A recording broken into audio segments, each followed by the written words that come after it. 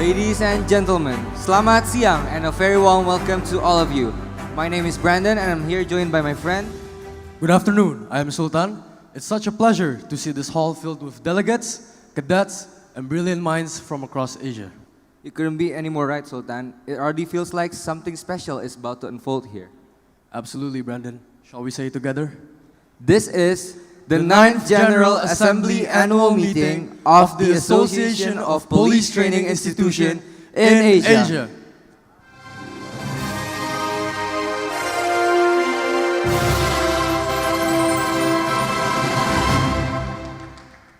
And this year's theme couldn't be more relevant.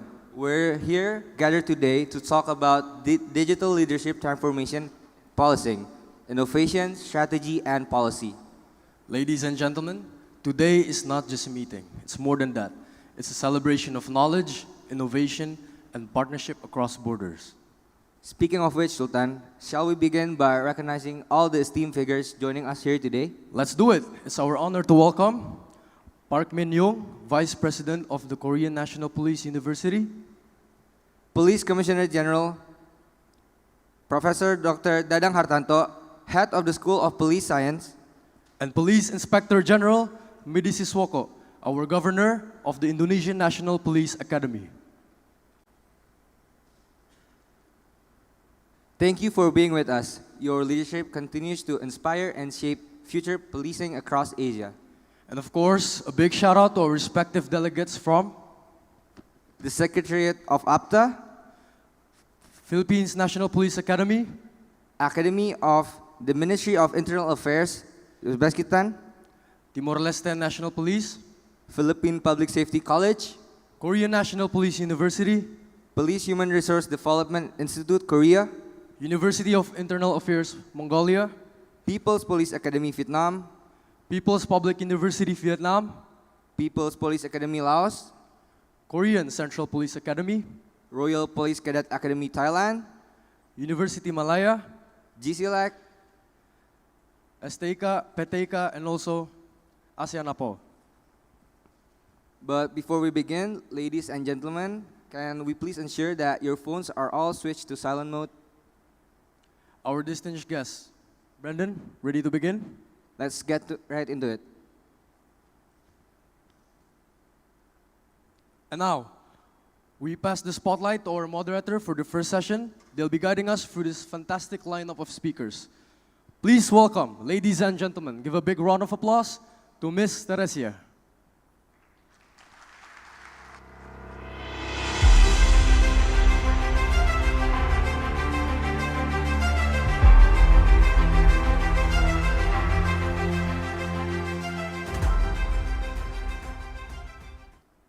Good afternoon, distinguished guests, respected colleagues, esteemed presenters, and dear participants. Welcome to this very special session, our 9th General Assembly Appointment, Meeting Association Police Training in Southeast Asia proceeding, where we bring together voices and ideas from across regions to explore innovation, research, and collaboration in the field of law enforcement. I'm Teresia Sinaga, and it's truly my pleasure and honor to serve as your moderator for this session. Before we begin, I'll invite all our distinguished presenters. Have a please for all representatives for the first session. Please welcome Indonesia.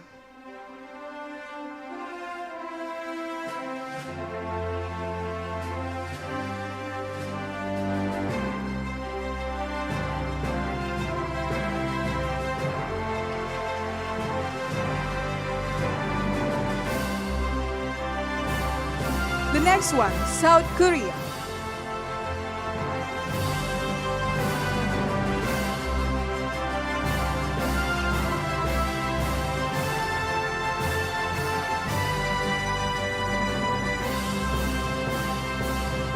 And the third one is Nepal.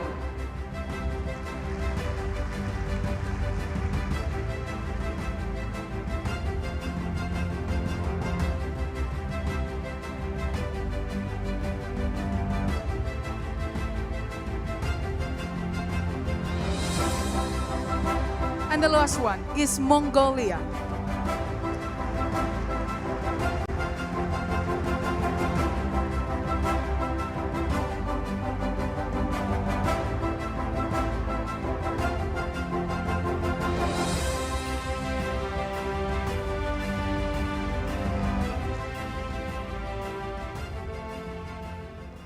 Today, we will hear from four insightful presentations, each offering a unique lens into how policing is evolving in response to modern challenges, from communication and leadership to AI-driven investigation, digital transformation, and cybercrime resilience. Without further delay, let us begin with our first presentation. Our first presentation is titled Enhancing Police Leadership Communication, Global and Regional Perspective. Please join me in welcoming our first speaker, Mr. Hendy Pratama, to the stage. The floor is yours, sir.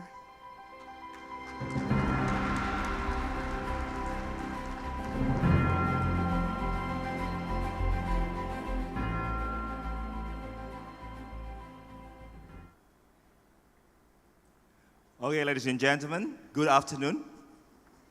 Good afternoon, my fellow speakers here. I'm sorry I have to be first. It's not that this is about the best, but just because of the schedule.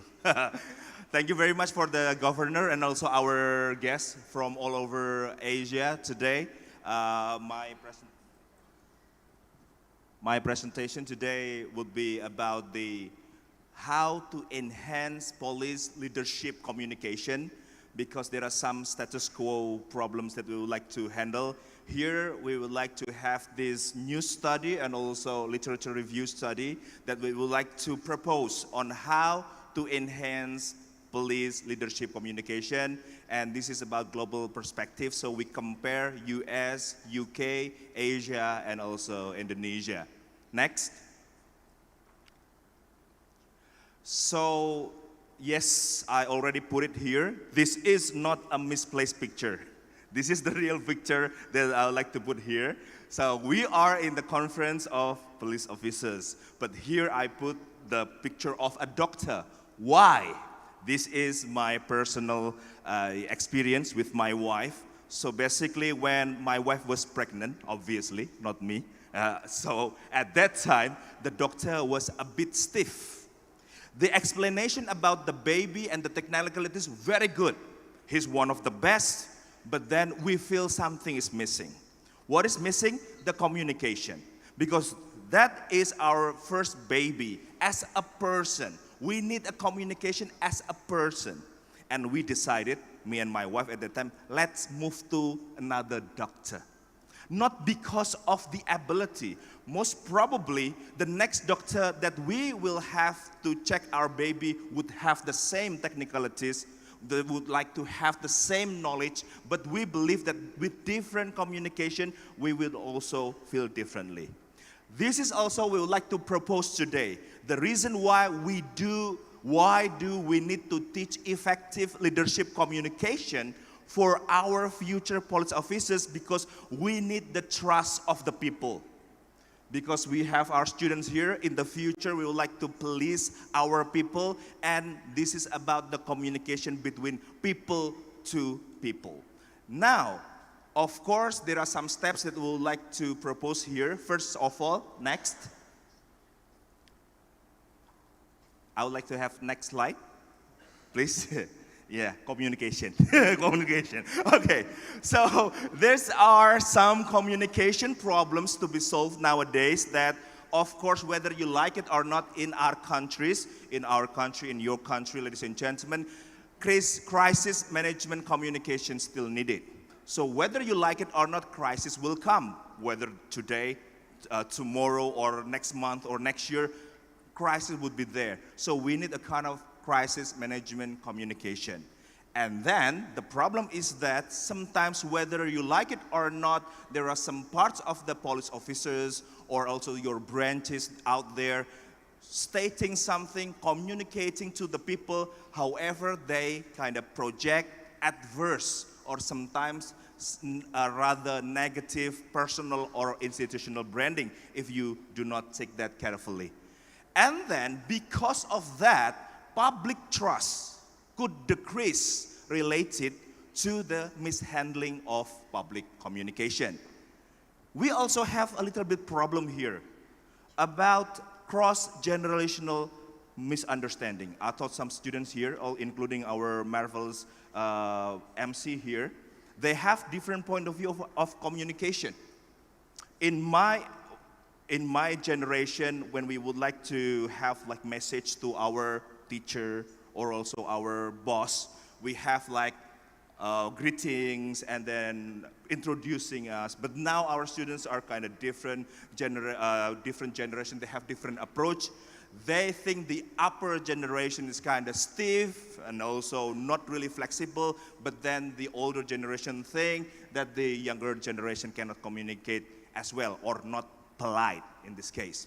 And also we have another problem that is inside of the unit or outside of the unit of police academy or policing organization. We still have some feelings of over-militarized style of communication. Maybe this is just my feeling, but also we've been working together for some time. There is a little bit of taste of over-militarized style of communication. And those are 5 problems to be solved, and we propose, now next slide. We would like to combine 3 theories here, transformational leadership, and then communication accommodation theory, and also procedural justice theory. The first one is about how you make transformation through leadership. Here we have our Taruna here or Cadet here. You would be the leaders here. Of course, we would like you to be a transformational leader. Now, the ideal transformational leader is supposed to be people-centered, inspiring, empowering, and you have shared vision.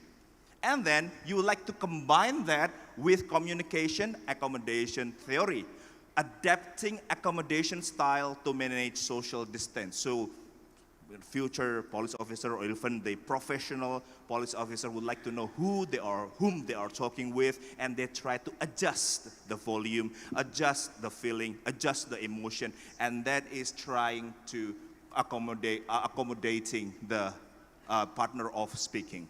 And the last one is to combine procedural justice theory. That is to show to the people that we are policing, to build their trust by showing legitimacy and trust based on the perception of fairness, respect, and also listening to their voice. Next.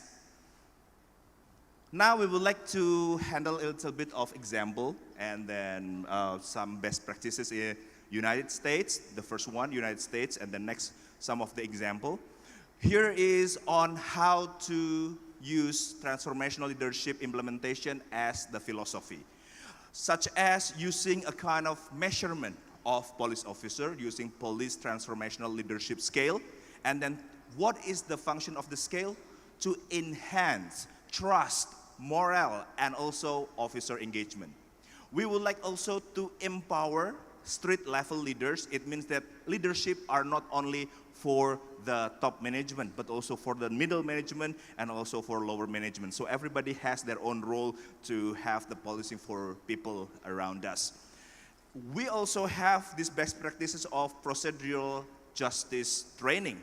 Officer training focus on fairness, respect, and listening to the citizens, right? So active listening is very important in this case, and also showing respect of how the public would be valued. Number 3, the best practice here that we would like to discuss is how we use digital and social media engagement.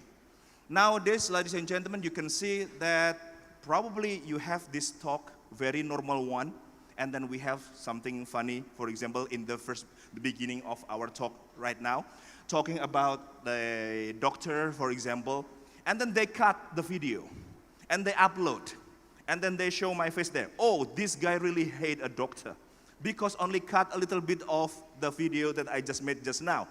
This is like something that hasn't happened before. One short video of you probably or your officers could be thrown around the country, and it becomes either it could be positive or it could be negative.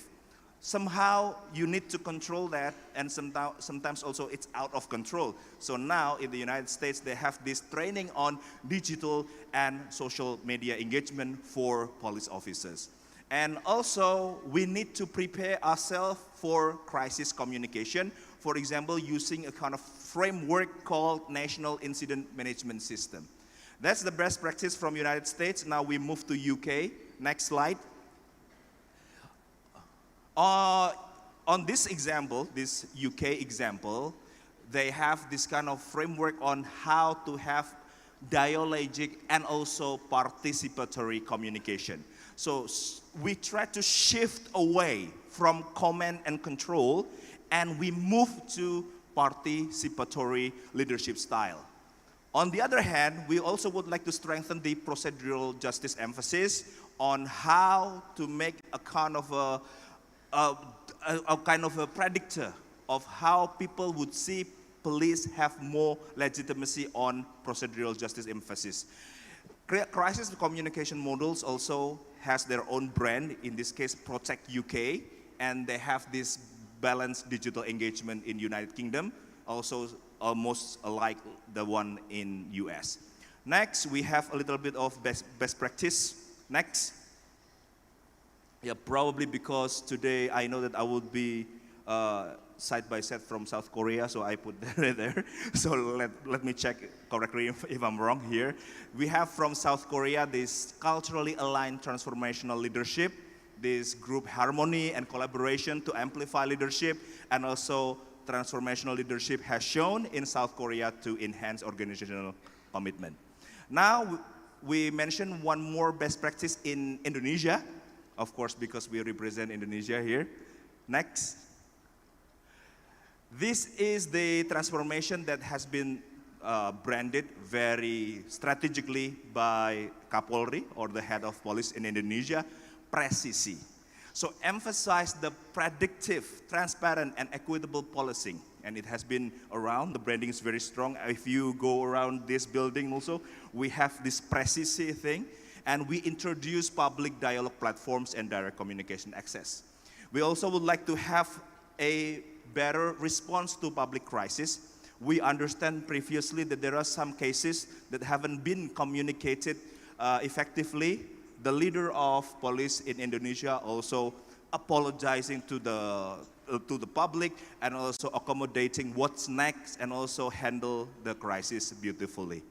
And in Indonesia, we also have these digital platforms of Tribrata News and TV Polri in order to make police officers or police organization as more humanized and also to inform with people to reach the other people who probably haven't been reached before using digital platforms.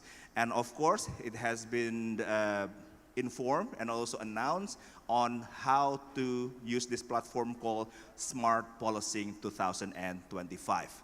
Ladies and gentlemen, next. So these are the literature that I've tried to collect it on how to build effective leadership communication on police organization and police officers. So right there we have Effective Communication by Harrington Colvin 2015. Now I break down to several steps.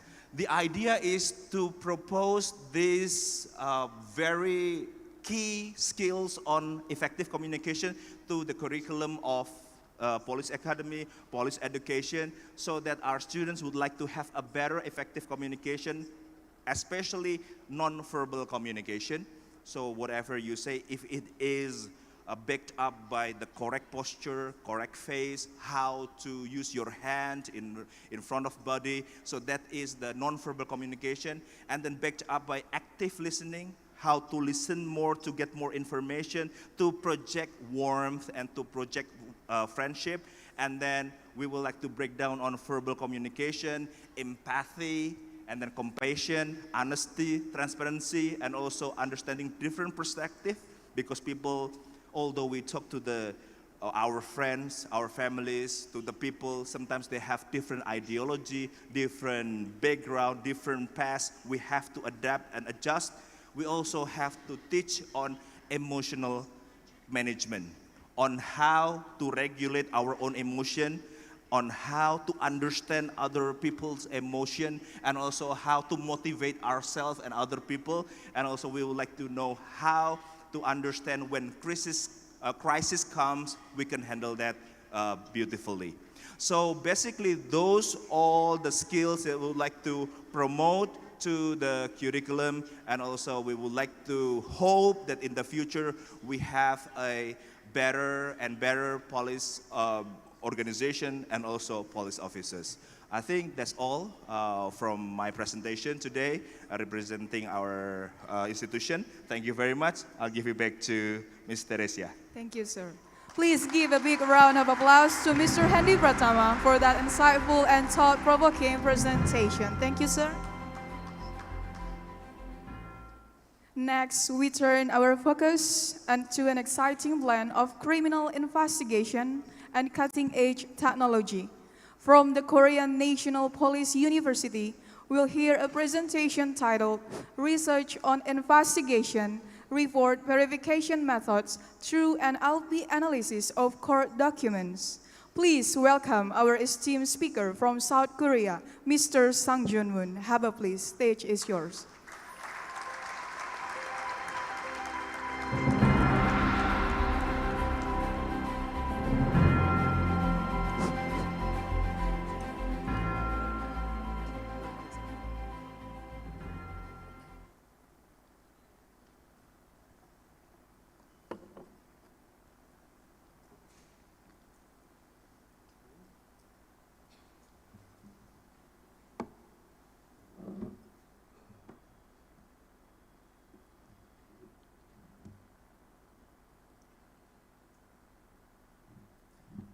Good afternoon, ladies and gentlemen. I'm honored to present our research. I'm Sang Jun-moon from South Korea, the Korean National Police University. And today, I'd like to share our research on enhancing the objectivity and reliability of police investigations through a novel approach leveraging artificial intelligence. Can I see next page? Our work addresses a significant transformation in police investigative practices, particularly following the 2021 amendments to the Korean Criminal Procedure Act. These legal reforms have granted the police the independent authority to conclude investigations, making their case review processes critically important. While comprehensive and structured reasoning is essential, the practical constraints of the investigative environment often prevent investigators from dedicating efficient resources to analytical work. Korea Police, for instance, handle over 1.5 million cases annually, making comprehensive logical reviews of all investigations impractical. To address this challenge, our research proposes a systematic approach to investigative verifications, which mirror the structure of criminal investigative reports. Our goal is to reduce the verification burden using NLP, natural language processing-based automatical tools, thereby enhancing investigation quality. Can I see next page? To guide our study, we formulated 3 key research questions. First, can argument structures be automatically extracted from first instance criminal judgments? Second, how can the extracted structures be used for investigation report verification? And finally, how can technical and institutional limitations be addressed? Next page. From an essential perspective, it's challenging to find the significant differences between investigation and trial processes. Both can be described as processes where hypotheses are established and verified through rational grounds. This highlights the high value of legal argumentation models for use in investigations.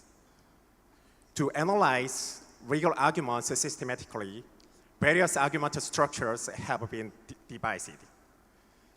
A representative example is a Tullman's argument model.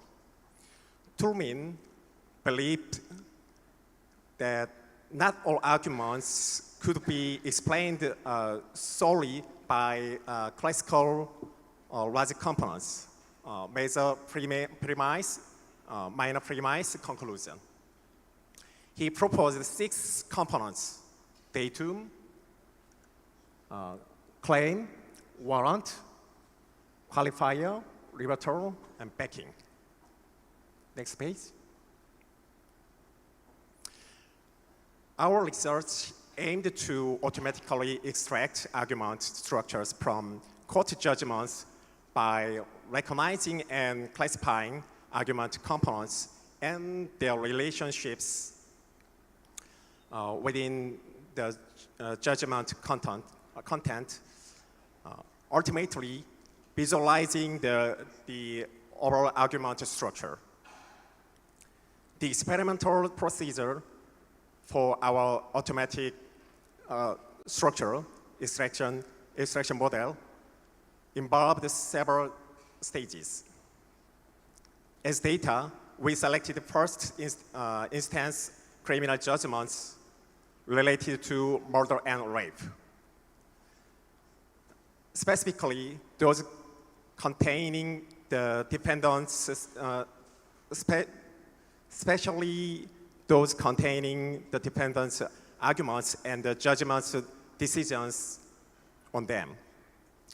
We collected 3 judgments and tagged.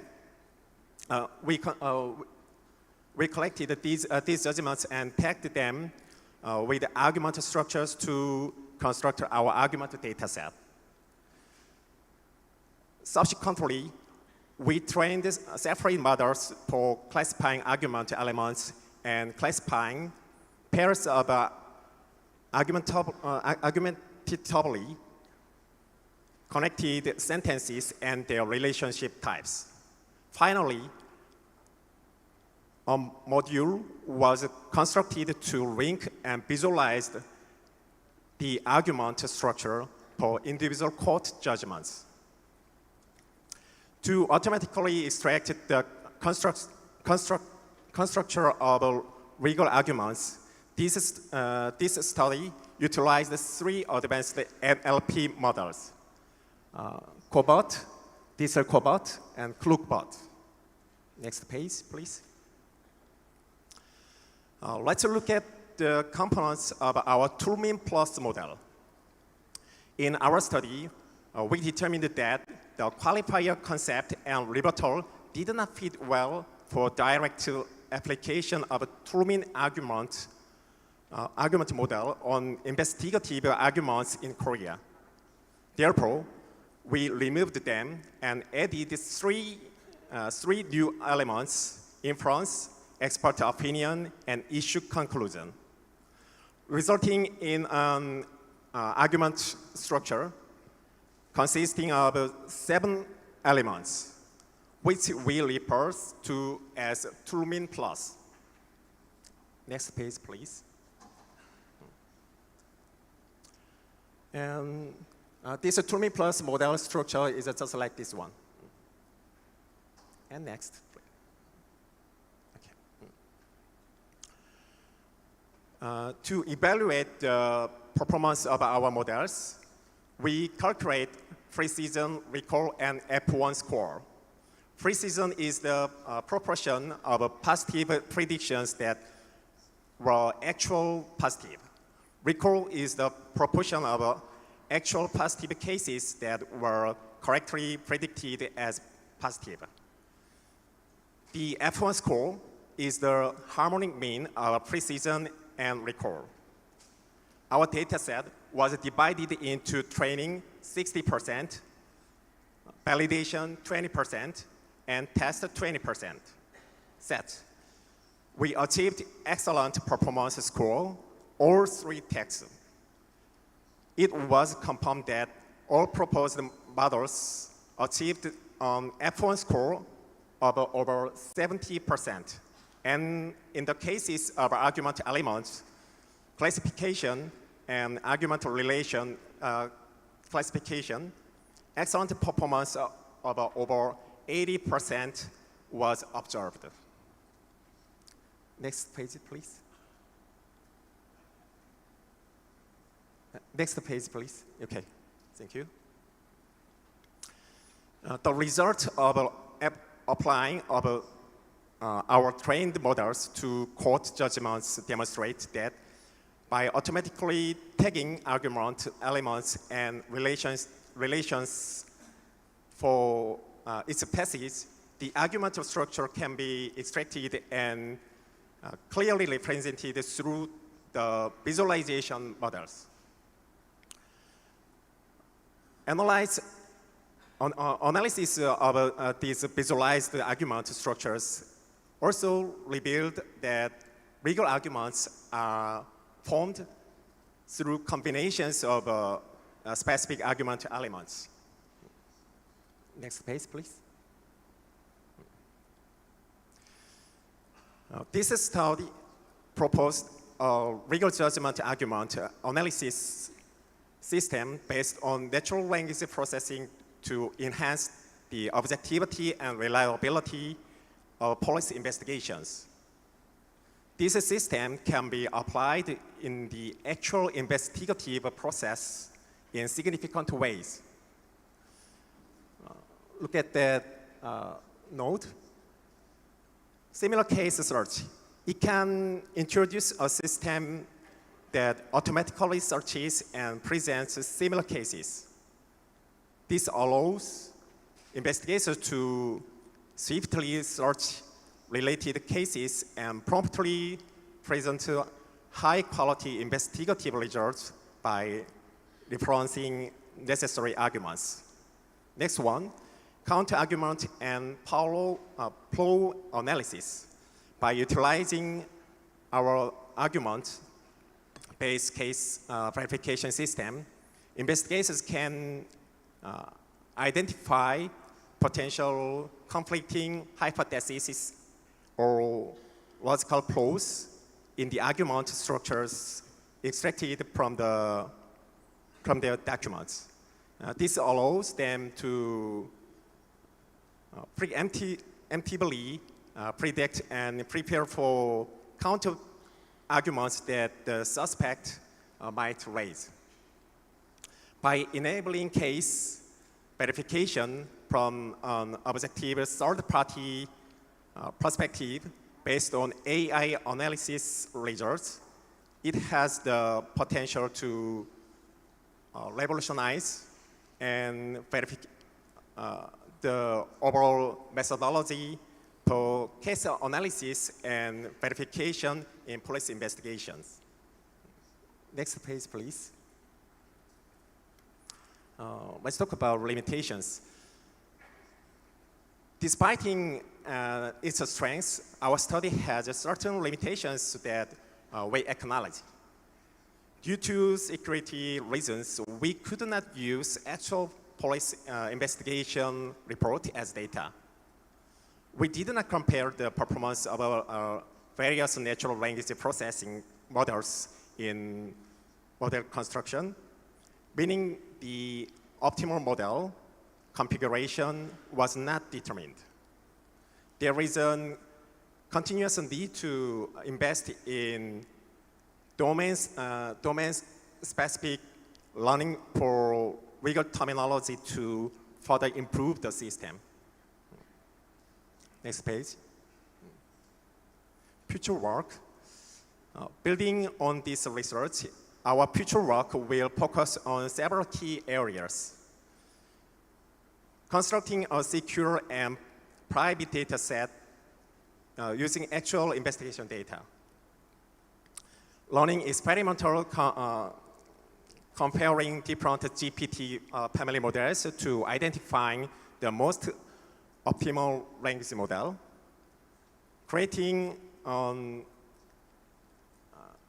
intuitive online dashboard for effectively visualizing the extracted argument structures, expanding the methodology to cover other crime types such as fraud, beyond the border, and rape. Yes, next page, please. Yes, it's the last page. In conclusion, this study proposes an argument structure extracted system to support the logical case review process during investigations.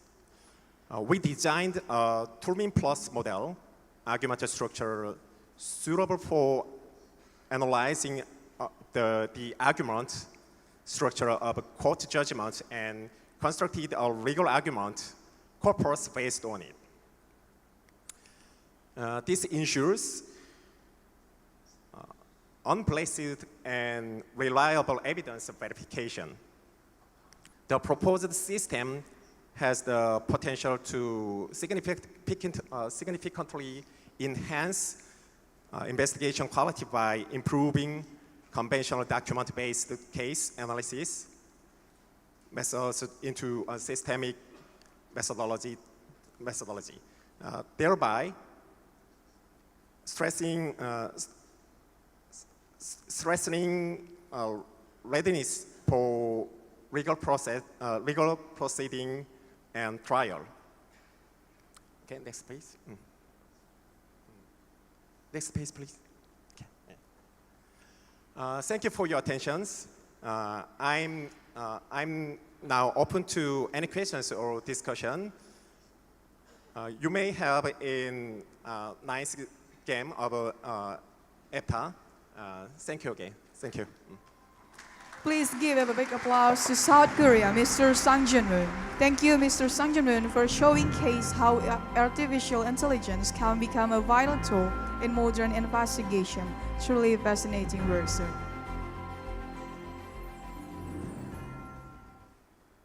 And now, receive our attention to the Himalayas, where law enforcement is embracing innovation in the face of unique challenges.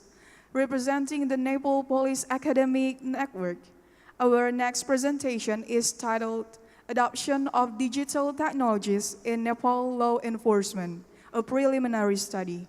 Please welcome Mr. Tapa and Mr. Pudo. Have a please.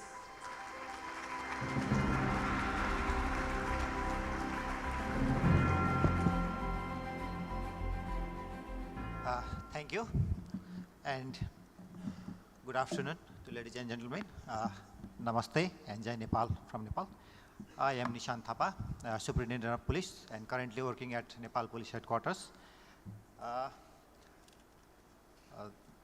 would take this opportunity as a big moment for me and my institution for sharing our experience as well as a lot of takeaways from here. Okay, I would like to start with my presentation. My presentation is titled as Adaptation of Digital Technology in Nepalese Law Enforcement, especially in the Nepal police context. In a country like Nepal, which is one of the less developed, I would call it, we are in the phase of getting status of a developing country. So it is really a big challenge to adopt digital technologies in a context of Nepal, which is actually a developing country. Next slide, please. So this is just the outline that we will be discussing today. Next slide, please. Next slide. Yes, sir. Thank you. There is no doubt that we should adopt new and latest digital technology in law enforcement as well, as is our daily life. But in a country like Nepal, it is a big challenge. See, where the other countries are adopting very advanced technology like predictive policing and real-time crime mapping and the use of AI in their law enforcement and the daily duty execution as well. Nepal still follows much of the traditional way of policing actually. So the use of technology is very, very limited in Nepal. However, Nepal police has taken initiative on its own, like the establishment of IT Directorate, Digital Forensic Lab, and Cyber Bureau to improve the internal management, our own internal management as well as in the investigation process also. Internal management in the way that it makes our work easy for the service delivery to the citizens. And because of this limitation in the use of technology, there has not yet undertaken any systematic academic research as well on this matter. Next slide, please. So we undertook a small study actually with the aim of understanding digital tools, what digital tools are being currently used in Nepal, and what are the factors that are affecting its adoption. We took two major questions to be answered. What digital technologies are actually currently being used, and what hindrances or facilitates are affecting their adoption. Next slide, please. So it was a small qualitative research. For the primary data, we had a semi-structured kind of interview with 15 officers, which included from senior officers to the middle officers to the lower ranks as well. Senior officers were included in the sense that they were the one who would receive the reports so that they would take the informed decision. As a junior officers, the middle level officers would look after the system, and finally the lower ranks would be actually inputting the data into the system actually. Secondary data were like policies of the government and other relevant ICT policies as well. Next, please. So the study, after the study, we found out that these are the few lists of the digital tools and technology that Nepal police has been currently using, like crime and criminal information system for all the crime and criminal related informations to be fed and kept, and the necessary informations to be retrieved whenever needed. So these are few of them. I am not going to name all of them. So let's go to the next slide. You can see these are the interface of the tools that I have mentioned in the previous slide. This looks so primary and so basic. The good thing about this is that this is all developed by our own IT experts actually. So we are not relying on the outsourcing or the licensing from other big software developers actually. Next slide, please. So this again are the four others tools and software application we have been using, like DIRS, that is the daily incident reporting system, which shows that how many crimes or incidents have taken place at that time. And next slide, please. And few other more application that we are been using, software that we are using, like personal management information system for our personal job related information, training record system for the capacity building and keeping the training history of the police personnel, and so on. Okay, next slide, please. So again, these all are our own developed software and applications, except the last one, the fourth one, that RIS, which is a facial recognition system that we have bought license. It is also in the very preliminary stage that we are trying to take photo of the person who is getting arrested for various reasons, and that put it into the system and see whether he has previous criminal record or not. Okay, next slide, please. So that answers our first questions. Those were the tools and applications that Nepal Police has been using. And for the second question, the result were found to be these. like barriers, lack of IT human resource. One of the reports published by the World Bank, it says that in Nepal, the internet penetration rate is around 92%. But in irony, the digital literacy is just around 30% only. So it shows that the many people are using internet, they have without basic security, or they are just using internet or digital things for only what they want, but not for the requirement of institution or for their career development as well. So lack of the human resource is the one thing. And the training gap, again, in Nepal police, we have IT experts in a very limited number. So for those applications that, that I mentioned earlier, for them to be carried out and implemented effectively, we need a huge number of trained or say at least literate human resource. But that gap persists there. And the budgetary constraint, again, once more, I think these things are really expensive for a country like Nepal. Like you have to establish a server database. If you have to buy a latest technology tools, AI related tools, then the cost is really very, very high. So budgetary constraint really remains a huge challenge, actually a primary challenge for a country like Nepal and the Nepal police. And infrastructure limitations is also another. Again, the budgetary issues comes into the place. So infrastructure limitation and development is also another barrier for Nepal police in adopting these digital technologies.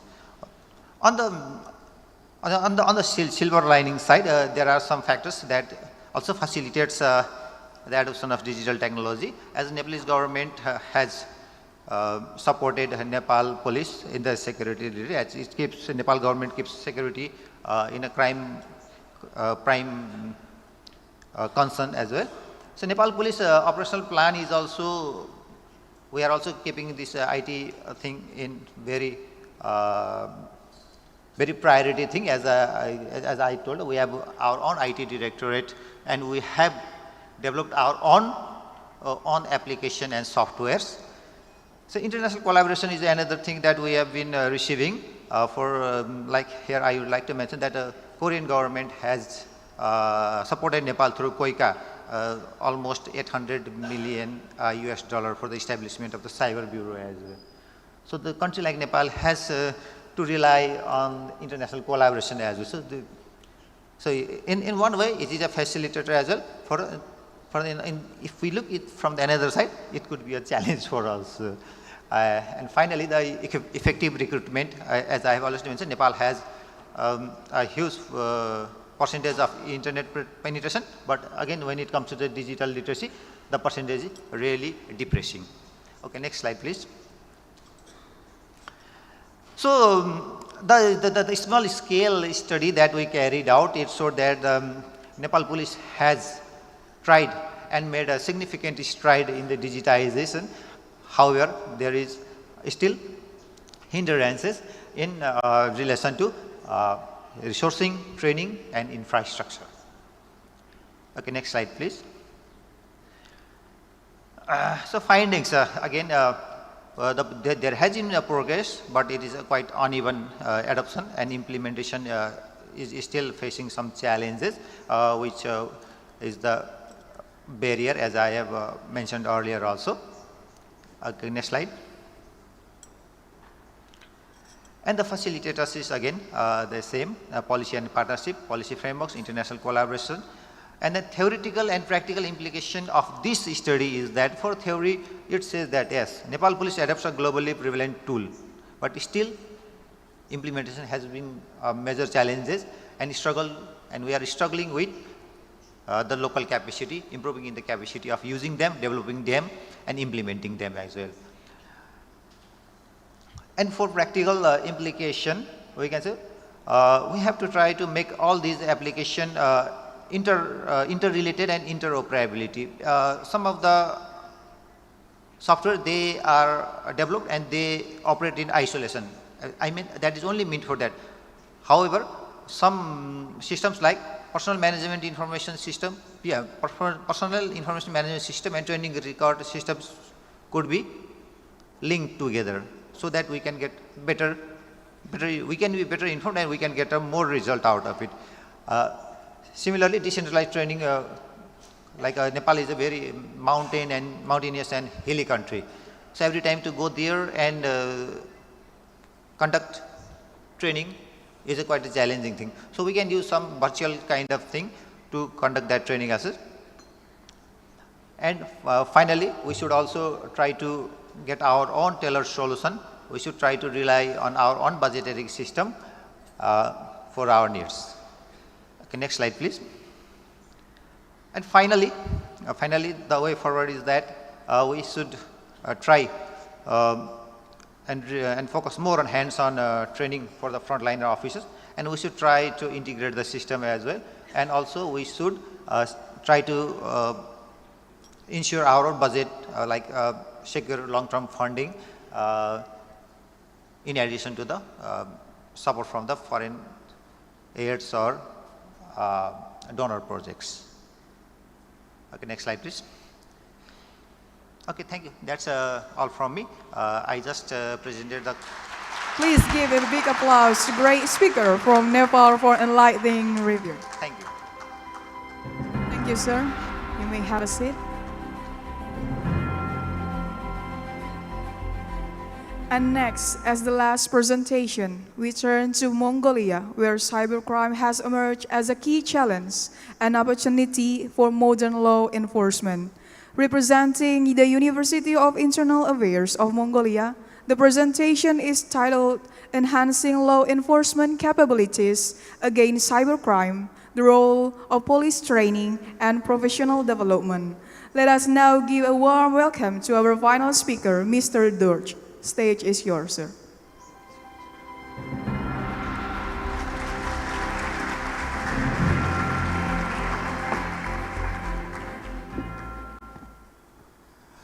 Good afternoon, Mr. President, Mr. Vice Presidents, Director of Secretariat of Association of Police Training Institutions in Asia. Good afternoon, all distinguished members and participants of this conference. With your permission, I would like to talk about how to enhance law enforcement capabilities against cybercrime, the role of police training and professional development. The accelerated advancement in information technology, digital infrastructure, and internet connectivity has fundamentally transformed social, economic, and political fabrics of modern society. The cyber environment has become deeply embedded in daily life, enabling individuals, institutions, and the governments to increasingly conduct activities through electronic systems. In parallel, the nature of criminality has evolved, giving rise to cyber-enabled and cyber-dependent offenses that often transcend the scope of traditional legal definitions and enforcement mechanisms. Cybercrime is no longer a digital analog of conventional crime. It constitutes complex, transnational, rapidly evolving threat characterized by its borderless nature, operational anonymity, and high degree of technological sophistication. These attributes pose substantial challenges to detection, prevention, and prosecution of such offenses.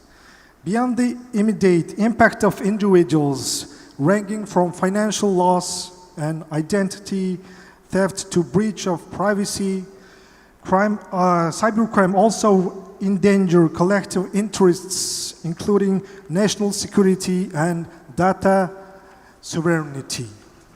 Next slide, please. With your permission, I would like to introduce briefly our crime situation, cybercrime situation in Mongolia. Official crime statistics from the Mongolian police reveal an exponential rise in reported cybercrime incidents over the past decade. In 2012, a total of only 43 cybercrimes cases were registered. And by the 2024, this number had escalated dramatically to 13,000 cases, representing a 199-fold increase over the 12-year period. In 2024, a total of 13 cases accounting for 83% of all reported cybercrimes were categorized as specifically as cyber fraud. These findings underscore the critical need for comprehensive reforms in Mongolia's legal and institutional approach to cybercrime. This includes the development of targeted prevention strategies, modernization of legislative tools, and investment of digital literacy initiatives to equip the public with skills necessary to navigate and defend against cyber threats. Next slide, please.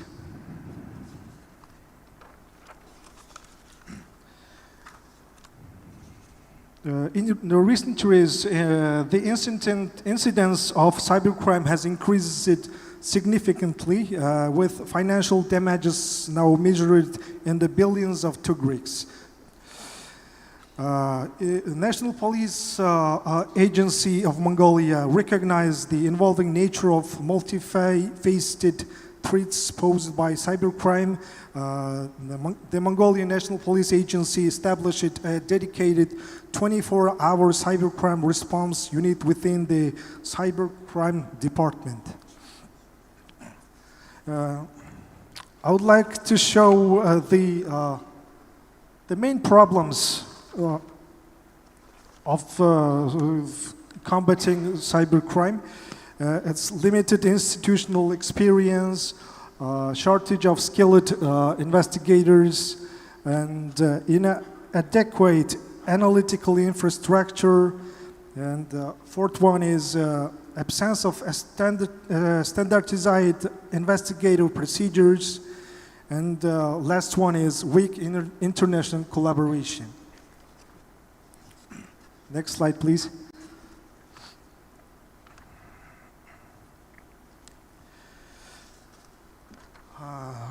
The main challenge is how to prepare future police officers, specialized investigators in the field of combating cybercrime. In line with this goal and pursuant to Security Index, the President of University of Internal Affairs issued the directive to establish a working group tasked with designing cybersecurity training programs.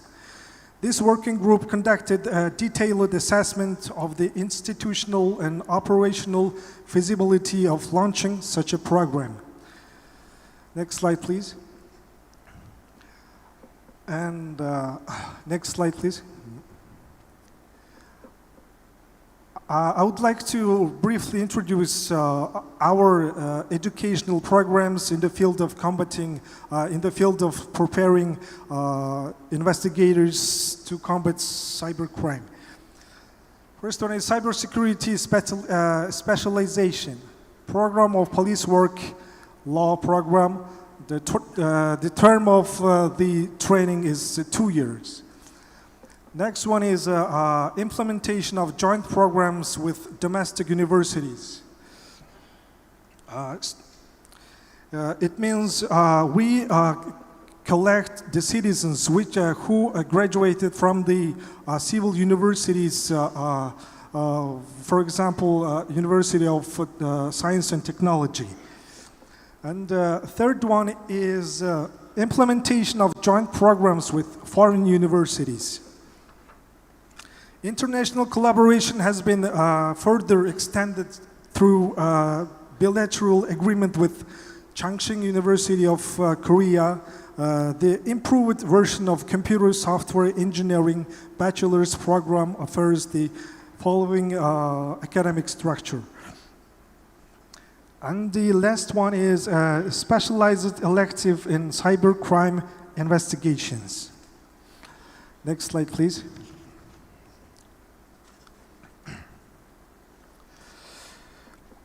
In conclusion, this study reveals that the significant escalation of cybercrime in Mongolia is closely associated with systemic gaps in legal, institutional, and human resource frameworks. The first conclusion is the absence of comprehensive legal framework for cybersecurity alongside lack of standardized investigative methodologies and shared procedural understanding severely undermines effective responses to cyber offenses. A critical shortage of qualified personnel capable of conducting sophisticated cybercrime investigations remains a major obstacle. The economic disparity between IT professionals and civil servants, where IT specialists often command substantially higher remuneration and exacerbates challenges in recruiting and retaining skilled law enforcement officers specialized in cybercrime. The next conclusion is about the cyber offenses are frequently perpetrated by individuals with advanced technical expertise, complicating detection and prosecution efforts given the current scarcity of adequately trained investigations. And last one is about Mongolia's limited engagement in international cybercrime conventions and agreements impedes harmonization with global standards, while its organizational infrastructure, including human resources, training, prevention, and technical capacities remains undeveloped. Based on these findings, I would like to give recommendations in the order to solve these problems. First recommendation is enhance the legal framework by convening regular expert academic forums to address practical challenges and foster evidence-based policy development. The next one is development and implement procedural and prosecution. And the next one is introduce targeted incentives to attract and retain qualified IT professionals within law enforcement, including competitive salaries and tailored benefits for cyber units. Facilitate stable employment and skill certification by supporting educational initiatives, waiving training fees, and increasing local law enforcement participation in cyber crime prevention. Next slide, please. At the end, ladies and gentlemen, thank you for your attention. Really, please give a warm round of applause to great last presenter, Mr. Dorj.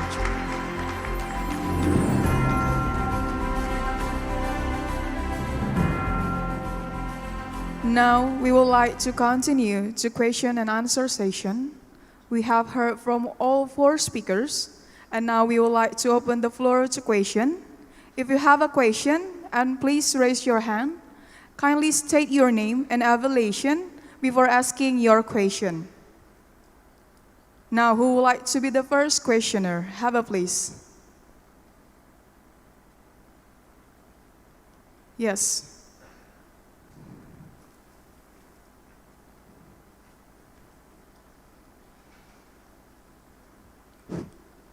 Hello, good afternoon. My name is Cadet Prasandaniswara. I'm from the INPA, and my question is for Mr. Sung Jun Moon. You talk about the Tolmin Plus model. Correct me if I'm wrong, but the way I hear it is that basically you developed and improved a more polished framework of the argument model by Stephen Tolmin. So my question is that have you in any case implement this model into a real investigation case? And if so, does your model has any occurring liabilities that you just recently discovered? But if you haven't implemented, how are your plans to use it efficiently in real-life situations and investigations? Thank you. Thank you for the question. I now allow the speaker to give a response to the question.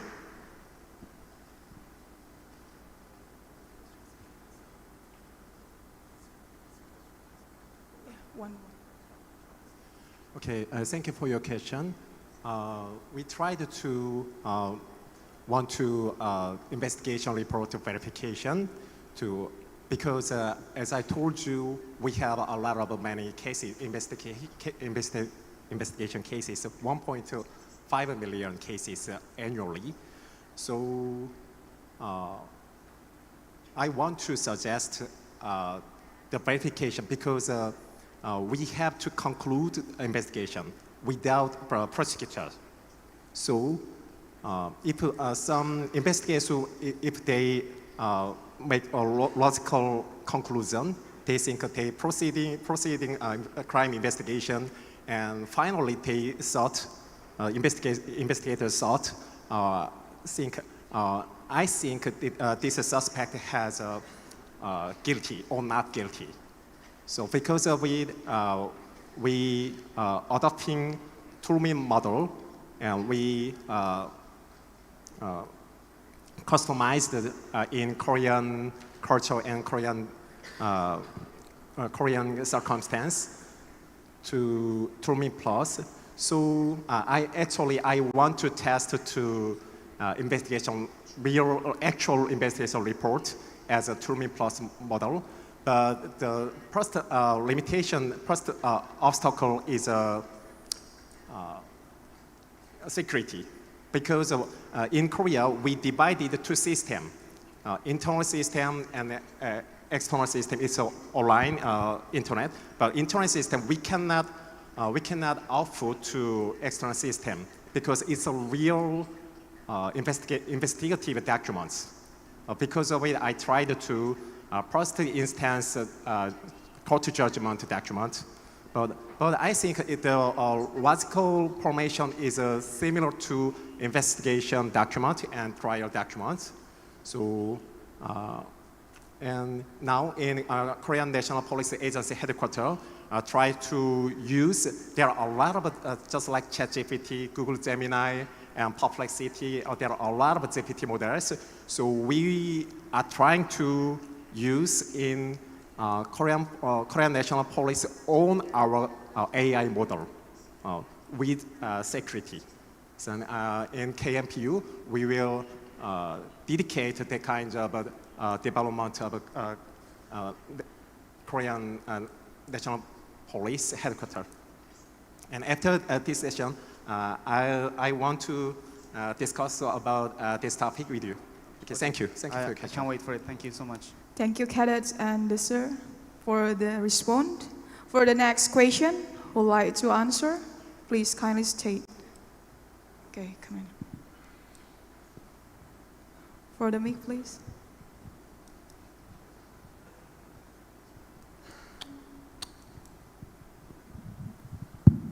Thank you very much. Good afternoon, everybody. Good afternoon, especially for the speaker. I am Police Senior Superintendent Huntal Tambunan. I am the representing from ASEAN Police Secretariat, Kuala Lumpur, Malaysia. My question is to the last presenter from Mongolia, because I saw in your presentation there is a special training for those personnel who in charge in cyber. Is it right? Yeah, my question is, because I saw there in your presentation that there will be for 2 years taking course especially for the cyber. My question is, do those students or participants who has already accomplished their studying, especially in cyber, keep deployed in the same department, really in charge with handling the cyber?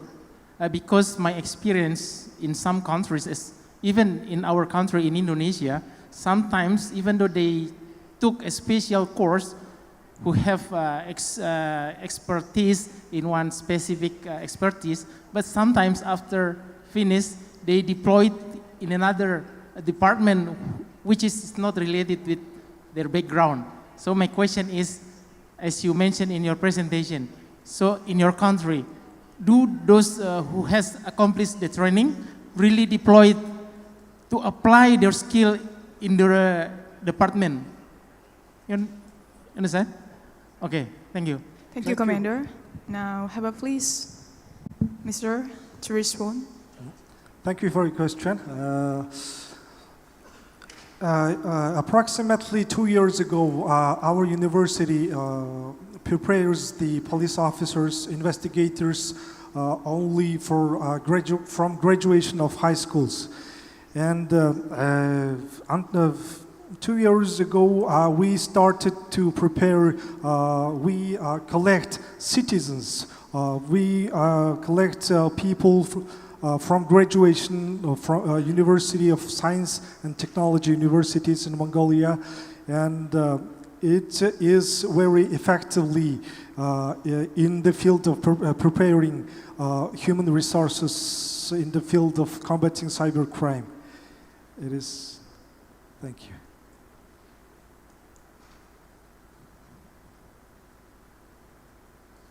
Thank you, Mr. for the response. Is it enough, Commander? I think enough, because if I keep to ask more questions, maybe our time is not enough. So I think enough for me now. Okay, thank you, Commander. Thank you, For the next question, have a please. In the middle, the yellow alma mater, please. I'm sorry, the yellow one, please. It's okay.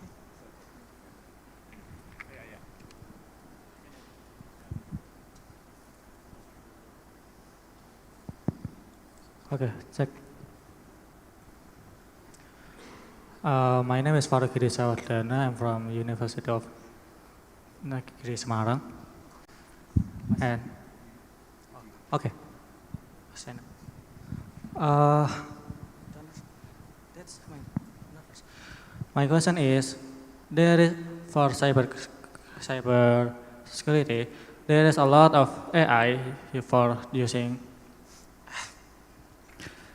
Sorry. There is a lot of AI they use for making hoax and making misinformation in this country. And also, there is a lot of gambling online in Indonesia that make our economy is going down.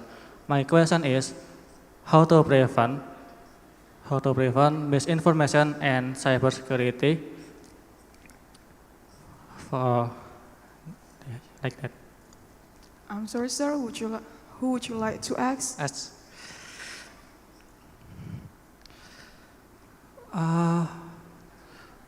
Handy, Mr. Handy, I guess. Mr. Handy, have a please to respond the question, please.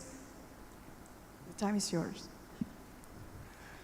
Thank you very much for the question. Now, we understand that, of course, there is a correlation between the economy downturn that you mentioned just now and also the proliferation of misinformation and also some of the hoaxes and also the opening of fake jobs, love scams, and stuff like that. So the question is, how do we protect the citizens and also common people from getting trapped into this kind of misinformation? Now, from the point of view of technology, I believe that your technology work, because I'm very familiar with BERT, the transformer, that we can actually detect and scrap the words around the web. When certain trigger words coming up, we can try to detect. Now, using the Tolman argument also, we can detect which one is strong argument, real facts, or hoaxes. Now, that's from the point of view of the technology. Now, from the point of view of the social education and also the socialization to our people, we need to train our people to detect more on the differentiation between data, facts, and opinions. Also, part of the communication training that we proposed just now, combined with the technology, now we know that there are some news looks more convincing than the real news. So fake news looks more convincing than the real news. Now this is a kind of like two ways of approach. First, on the technological point of view, that we have to strengthen the capability of the detector itself. As now we understand that the computer can read words, can read the temperature of the data. However, sometimes they can still make mistake. With by saying that AI nowadays still got a kind of hallucination rate. In your case, just now you mentioned the F1 score is 0.92. It means that there is like a possibility of 0.08 that the AI would detect as false positive, which means that fake news identified as good news, or false negative, like good news identified as hoax. So basically, we need to combine both point of view, both ends, the users and also the technology. And by that, I believe that the police institutions still have to work with scientists and social scientists like myself also to work to differentiate between how to make sure that the tool is stronger, but also people are more sensitive and sharp in differentiating between misinformation and real information. That's my answer. Thank you. Thank you, Mr. Handy, for the response to the question from University of Semarang State University. For the last questioner, have a please, Commander.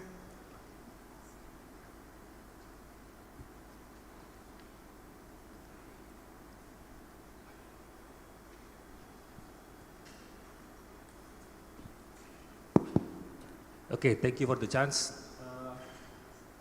My question is for Dr. Andy, because Dr. Andy is the practitioner of lecturer. And ladies and gentlemen, Dr. Andy was the guiding lecturer for cadets who we prepare for the ICP for the next. So, in order to the communication of leadership, maybe you can suggest for us, because in Police Academy, for example, we face into the Z generation, and this is the missing link between me as a leadership, as the lecturer, to teach them. So how maybe you can get the best practices to how to communicate them. So maybe should we adjust, or the method is changed? Maybe Dr. Andy can share to us, apply how to communicate in leadership, so we can create the leadership from a student like in NBA. Thank you. Thank you, Commander. Have a please, Mr. Handy. Probably that's the perk of being the host country here.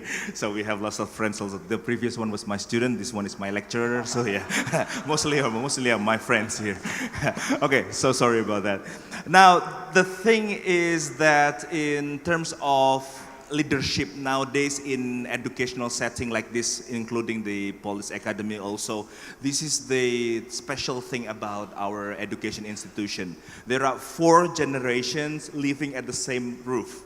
Boomers, and then Y and Z, and then X are still there. And we are communicating each other.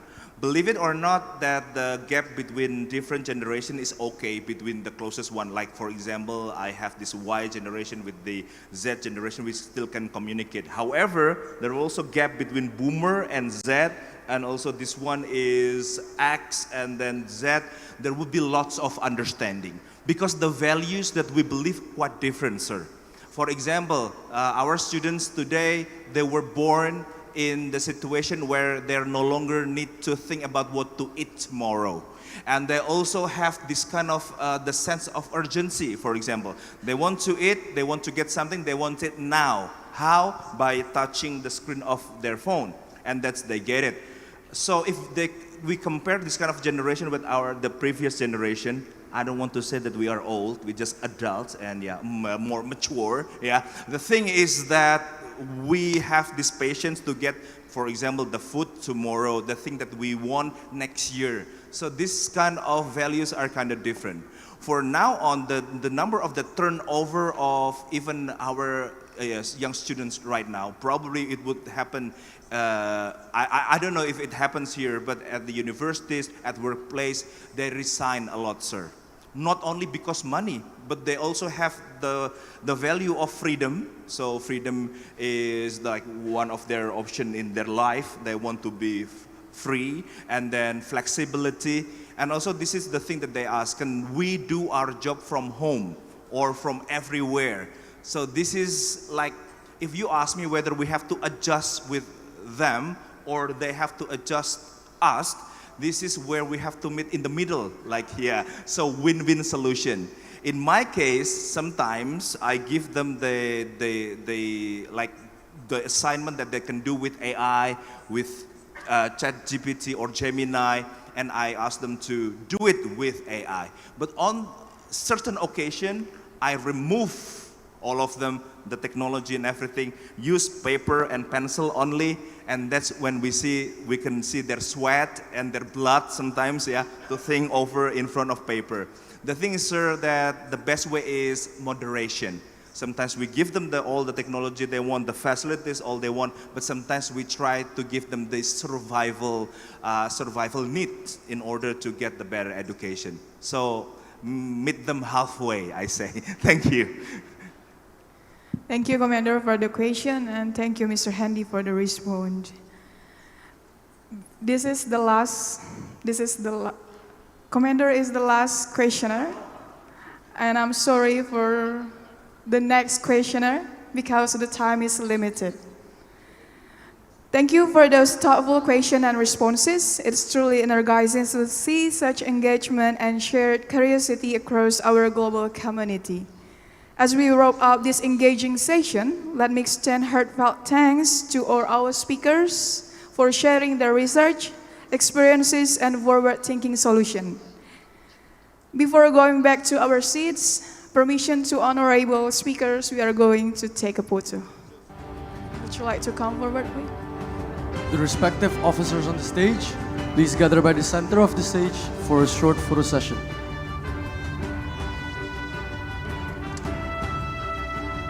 Taking this picture, please adjust yourselves with the commando pose.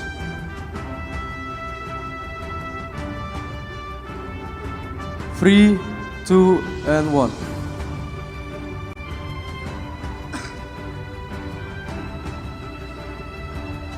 Once again, that was an amazing presentation from the respectful delegates. You are now welcome to return from the stage.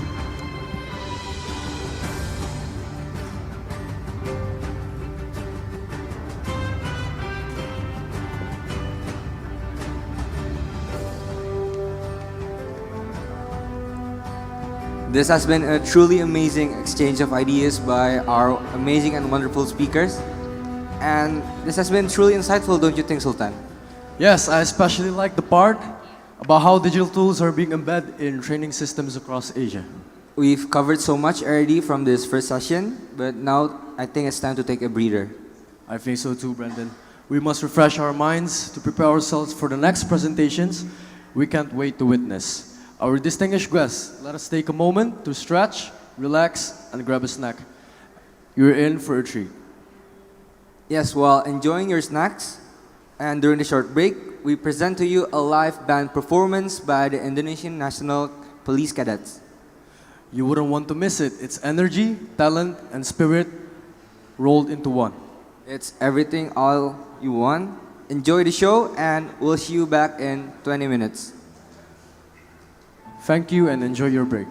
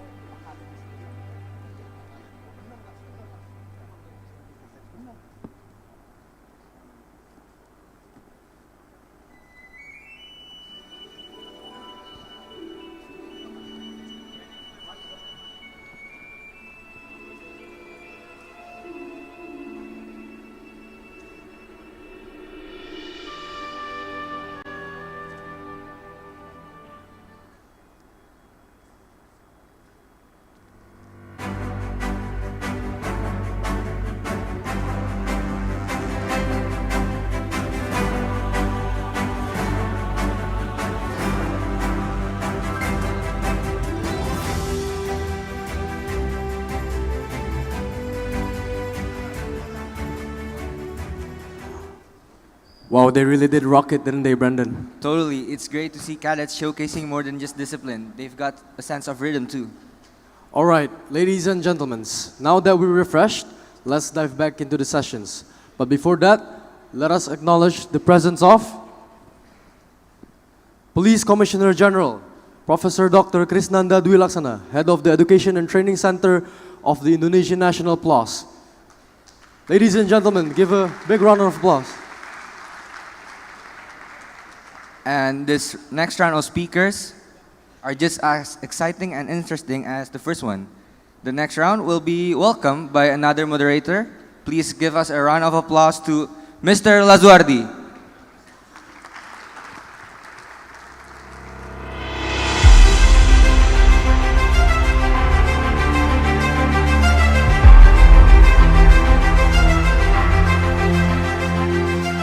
Ladies and gentlemen, welcome back to our second session.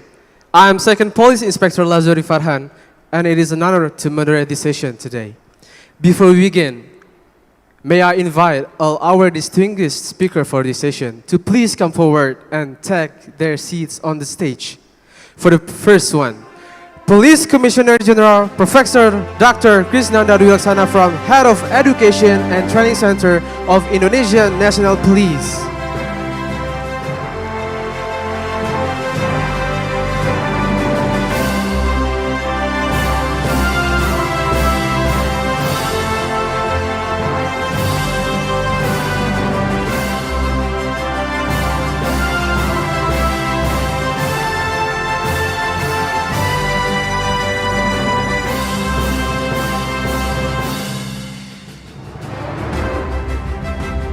For the second one, Mr. Cao from People's Police Academy, Vietnam.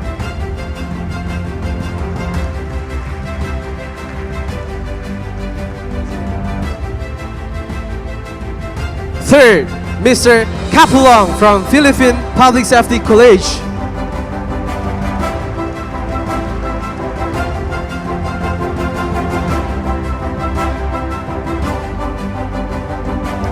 Fourth, Mr. Duang Kao and Mr. Yam Chan from Royal Police Cadet Akademi, Thailand.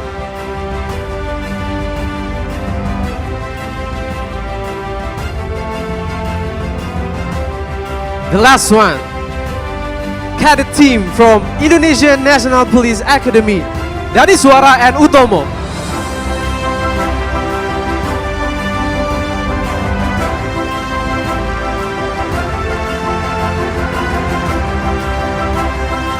Thank you.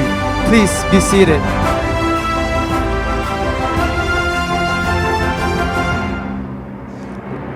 Ladies and gentlemen, this seminar is held to share knowledge, innovative practices, and digital transformation strategies in police training institutions across Asia. It aims to strengthen our commitment to developing future-ready police officers equipped with digital leadership, technical skills, and adaptability to face the dynamic challenge of the digital era. Now, we will begin with each presentation. For the first presentation provides our foundation today, highlighting how digital leadership serves as a backbone of futuristic policing and AI integration. With the topic of futuristic policing and digital leadership, prediction, anticipation, and solution. General, the floor is yours.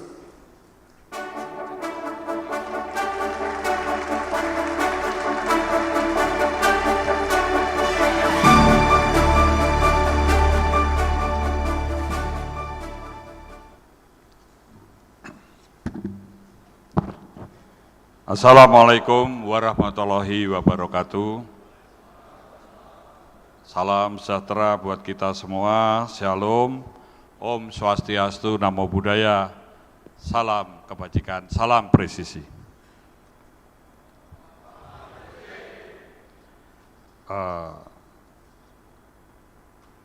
Thank you about this moment. His Excellency Chief of Superintendent General Mun Kyo, President of KNPU, Police Inspector General Midi Siswoko, SIK, Governor of INPI, Police Brigadier General M. Taslim Khairuddin, SIK, MH, Deputy Governor of INPA, Police Inspector General Dadang Hartanto, Head of STIK, PTIK, Police Major General Christopher Gordon Birung, Director PNPA, Police Brigadier General Audi Sauni Latu Heru, Director of GCLEC, Police Brigadier General Retired Vertinio Chavez, Vice President for Academic PPSG, Senior Superintendent Dong Kyun OH, Director of Education Administration Center of KNPA, Police Colonel Sori Ohrin Kuyak, President of University of Internal Affairs Mongolia, Police Chief Superintendent Arquimino Ramos, Commander of Personnel and Training Command, Timor-Leste National Police, PNTL, Colonel Rustam Abduganevis Katamov, Head of the Academy of Ministry of Internal Affairs of the Republic of Uzbekistan, Senior Colonel Sao Dung Nguyen, Vice President PPA Vietnam, Senior Lieutenant Colonel Trai Ngoc Nguyen, Head of Administrative Office PPU Vietnam, Commander Daniel Joseph Caruana, Executive Director Program of GCLEC, Senior Superintendent Seokil Ko, Director of APTA Secretariat APTA, Superintendent of Police Nisan, Tapa Research and Analysis, Head of NPA Nepal, Police Colonel Pepat Wasutawadin of Police Science RPCA, Colonel Sompanit Fong Souti, Deputy Head of Director PPA, Lao PDR, Police Senior Superintendent Dr. Eko Supriyanto, SIKMH, Academic Director of INPA. And as the speaker, Seong Hyun Mo, Korea National Police University, Nisien Tapa Rameswar, Podal National Police Akademi Nepal, Sajiwa Chandana Madawate, National Police Academy Sri Lanka, Ngia Chi Chow, People Police Academy Vietnam, Noel Montealto, Kapulong, Philippine Public Safety College, Engtur Dorj, University of Internal Affairs Mongolia, Sampau Duangkyu, Pawisa, Yam Chuan, Royal Police Cadet Academy Thailand, Prasna Daniswara Wisnu Utomo, Indonesia National Police Academy, Dr. Hendi Pratama, SPDMA, Semarang State University. Okay, thank you. I will to discuss about the futuristic policing, why we have to think about the futuristic policing. We now live in VUCA era, volatility, ambiguity, complexity, unpredictable. So there are many problems in this era. I think for the police, in policing, we have to change our mindset. In police training and education institute of NPA, I said that based of morality and literacy. Why we have to think about the literacy? Literacy is based how to change the mindset. Because without literation, I think we cannot doing anything. So in this concept about the futuristic policing, that we have to prepare for the smart policing and leadership digital or digital leadership as a model. We think today about the model. Why? Because in this era, we have to think about how to extend or to increase about the crime prevention. In digital era, many problems that happen in here and maybe in the world, like about the many problem of criminal or AI criminal. Many criminal that we cannot predictable. Sometimes the police cannot doing anything if we can do about the smart policing. What's the meaning of smart policing? Smart policing is a harmony between of conventional policing, electronic policing, and forensic policing. Today we do, I think there are conventional policing. So we have to extend in electronic policing. What's the meaning of electronic policing? Electronic policing is a model of policing in digital era. In electronic policing, we have to build about the back office as an operation room. We have to build about the application that based of artificial intelligence. Why? Because in AI, we have to collect or to make of analysis. With the AI, we can product of algorithm. Algorithm as info statistic, infographics, and also the others of info virtual that can do prediction, anticipation, and solution. And also we have to build about the network at base of IoT, Internet of Things, and all based of algorithm. So in algorithm, we also prepare for the cybercop. Today we have thing for the cybercop.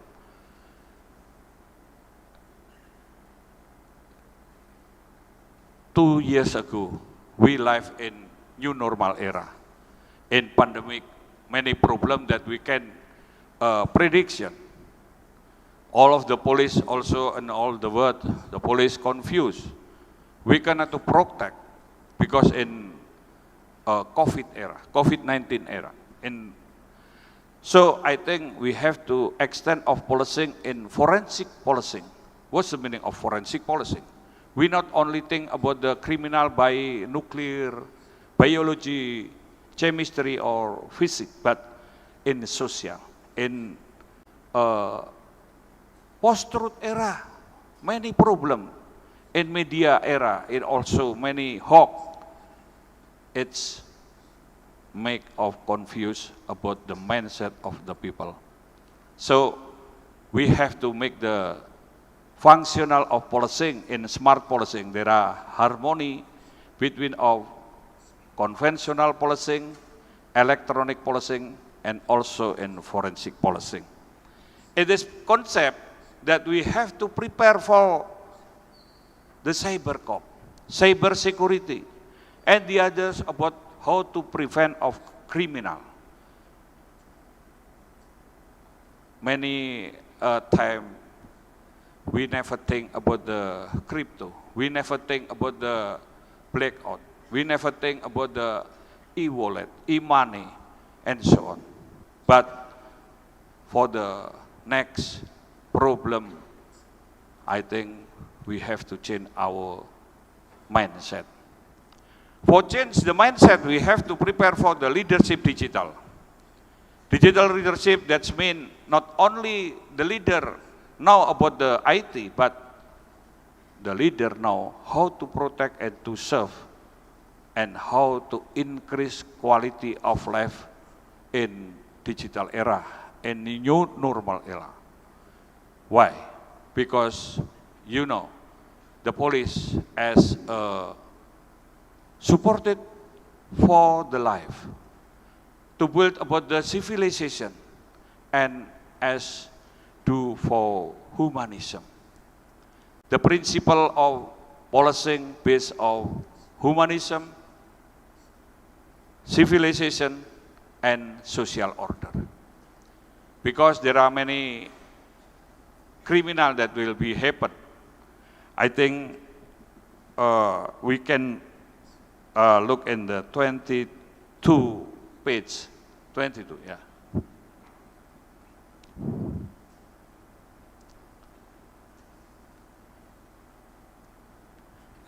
The futuristic policing, one of its base of electronic policing as the digital era policing model, meant by the cybercop officer or cybercop. You have to think about this. This is the concept, but we have to implement this, and we have to prepare all of the School of Training and Education of ANP. We prepare for the digital leadership. Yeah, next. When the police and the policing are left behind, they will not be able to overcome of the problem that occur within the society. So we know about the contemporary policing and community policing. We have to extend in electronic policing. If we do not change the mindset to be the electronic, I think electronic is not cool. This is the tools. The principle, the goal is humanity, social order, and civilization. Next, be able to implement of e-policing, the digital leadership or leadership in digital. We have to purpose of digital leadership application of AI. In the first, we have to recognizing, mapping, analyzing a product in algorithm, networking, counter issue, media policing. We have to build the media policing. We not only human relation, but we have to think how to build about the media policing. We have to counter issue. There are the post-truth era. Many hope that make the confuse of the society. Development of intelligence. So I think all of the policing is part of intelligence. We have to prepare all of the police is the agent of intelligence. This is not war intelligence. This is not for the proxy, but it's to build the social order. At the end, we have to prepare about the emergency and contingency policing, because in VUCA era, many problems here. And we have to build about the quick response time. At the 11, index of safety and security. We have to build the index. Without the index, we cannot know, and we cannot do it to protect, anticipation, and to solve. Developing of policing based on model of policing function and impact of problem. Setting of the professional, intelligent, and moral and modern human resources. Handling the hoaxes that became a weapon in the post-truth and buzzer attack. This is, we have to think about this. So we need to build about the social order in virtual. We not only serve of citizen, but we have also to serve of netizen. Setting up social order in the virtual world. Handling cybercrime deals with the ideology, politics, economy, social, culture, and etc. Facing the proxy war, protection the nation asset, ensuring the safety of our material possession, the bodies of citizens and netizens alike. Thinking of the policing model to cope with the point 1919. So the digital leadership, other than futuristic, also the expected to be able to be leader for the both of the citizen and netizen by implementing of smart policing. Yeah, next. Smart policing is the digital era, the policing model, both the conventional and electronic policing. There are proactive and problem solving. Smart policing in digital era straightened out of the conventional policing, electronic policing, and forensic policing. There are harmony between the three models like this. So in the smart policing point, harmonize, predict, respond, rehabilitate, share of the environment and various problems, implement in local level, national, even global, overcome of disruption of social order, aids by design and by the virtual world, provide protection, aid and public service, be predictive, proactive, and problem solving to break and overcome. The next. Smart policing, fundamental system of policing there are a base of bureaucratic domain. We have to build the leadership, administration, and also operation. The fundamental system policing in community domain, like the partnership, public service, problem solving, and networking. There are the model that I will to say about the presentation. Next. It's like our model that we have to build about how to build about the smart policing. I think this is very necessary. We have to prepare it. Next. In smart policing, throughout the smart city model, we have to build about smart city. Yes, smart city not only the police work, but we can look in smart living and smart mobility. This is the same base of the e-policing, back office application and network. And also, we have to build the smart city model implemented by e-policing as policing model in digital era. Yeah. Internal policing synergy, IT system, officer and completed, supported of e-government, support for the smart city model, big data system, and one-stop service system, build of anti-corruption initiative, bureaucratic reform, and creative breakthrough. I think like this that I share to you all of that I said, it's the concept. There are the theoretical thinking. We have to think how to implement and how to prepare for the next. So we have to increase quality of policing, and we can do for the prevent, anticipation, and make the solution. I think it's that I share for you, so we can to extend in discussion. Thank you very much. Thank you, General, for your valuable insight. Please, you may have a seat, General.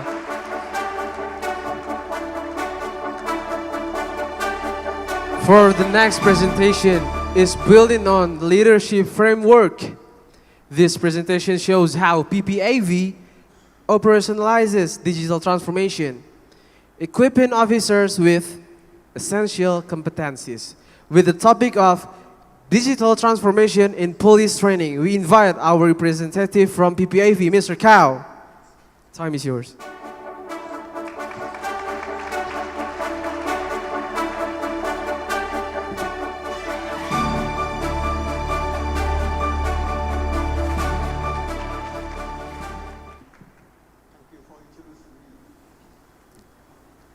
Good afternoon, ladies and gentlemen. Good afternoon, all members in conference. My name is Cao Ching-ya. I'm a senior lieutenant colonel. I came from Vietnam People Police Academy. My presentation title is Digital Transformation in Police Training. I start. You know, the for industrial information and the trend of digital transformation is have a bold number for People Police Academy to training police. The ethical examine those challenges and designs several design from implementation implementing digital police in Vietnam People Police Academy. It also borrow key solution and task aiming to meet the operation demand police officer in the digital era. Introduction. Digital transformation is a strategic necessity to meet policing demand in the digital era. The main objectives are to innovative training content and method and to enhance technology application. Next slide. Research method. We use the data review method and analyze documents about an academic strategic plan comprehension with international digital transformation model. We use emerging global technology, AI, big data, IoT, Internet of Things, and 3D printing. Next slide. Challenger. the fourth industrial revolution, with big tools such as virtual reality, IoT, 3D printing, and big data and AI had profoundly impacted economic development, social structure, and national security. This transformation had introduced significant challenges to policing, such as keep bit with technology advancement, ensuring data security and compliance with legal standards, addressing complex and high-tech criminal threats, modernizing training content and methodology. Next slide. Academic achieved. The Vietnamese government had launched a national transformation program, and the Ministry of Public Security had adopted it through sector-specific strategies.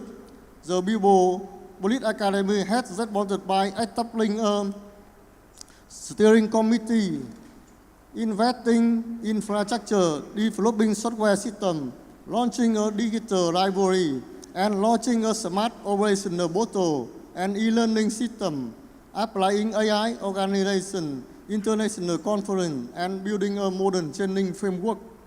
Establish a digital infrastructure and electronic library, develop specialized management and training software, launched smart operational and portal e-learning system. Next slide.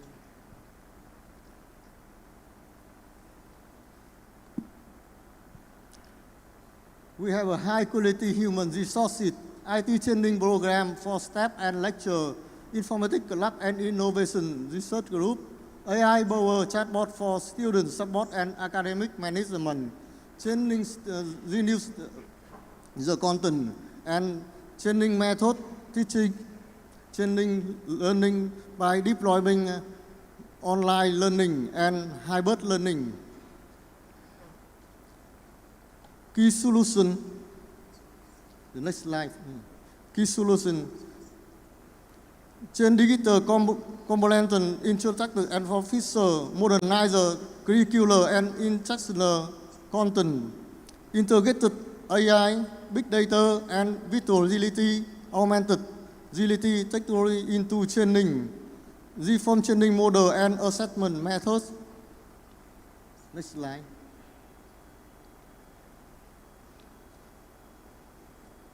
Further direction, establish a fully digital People Police Academy, improving training quality and effectiveness, strengthening integration and innovation capacity, build future digital police force. Conclusion, digital transformation in police training is an inevitable and strategic vital process. The People Police Academy had achieved notable milestones such as launching smart operational portal, digital library, and artificial intelligence-based system for student support and instruction. It's necessary to establish a fully digital police academy. The capacity of lecturer and students in technology play a decisive role in sustaining digital transformation. It is important. Model like informatics club and research innovation group have helped cultivate culture of creativity and digital advancement. Integrating artificial intelligence and big data into teaching and enable timely prediction, evaluation, and respond to non-traditional security threats. Digital transformation is not just a technology upgrade. It represents the evolution of the education mission of the police sector. The Academy is taking the lead of developing the future generation of police officers equipped to matter and lead in the digital age. Respond to the high-tech, to combat the high-tech crime and cyber crime. My presentation is finished. Thank you for attention. Thank you for sharing Vietnam's progressive approach, Mr. Cao. Please, you may now take your seat, Mr. Cao. You may now take your seat, Mr. Cao.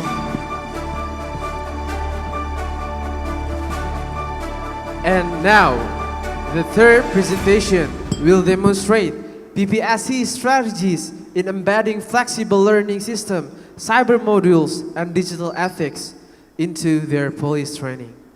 With the topic of digital leadership transformation in policing education in the Philippines. Mr. Kapulong, the floor is yours.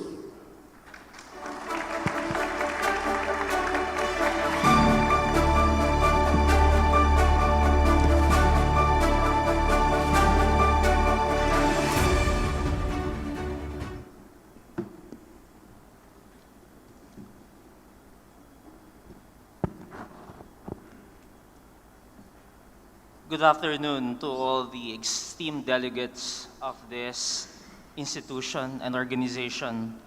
I am Attorney Noel Kapulong, representing the Philippine delegation, specifically the Philippine Public Safety College.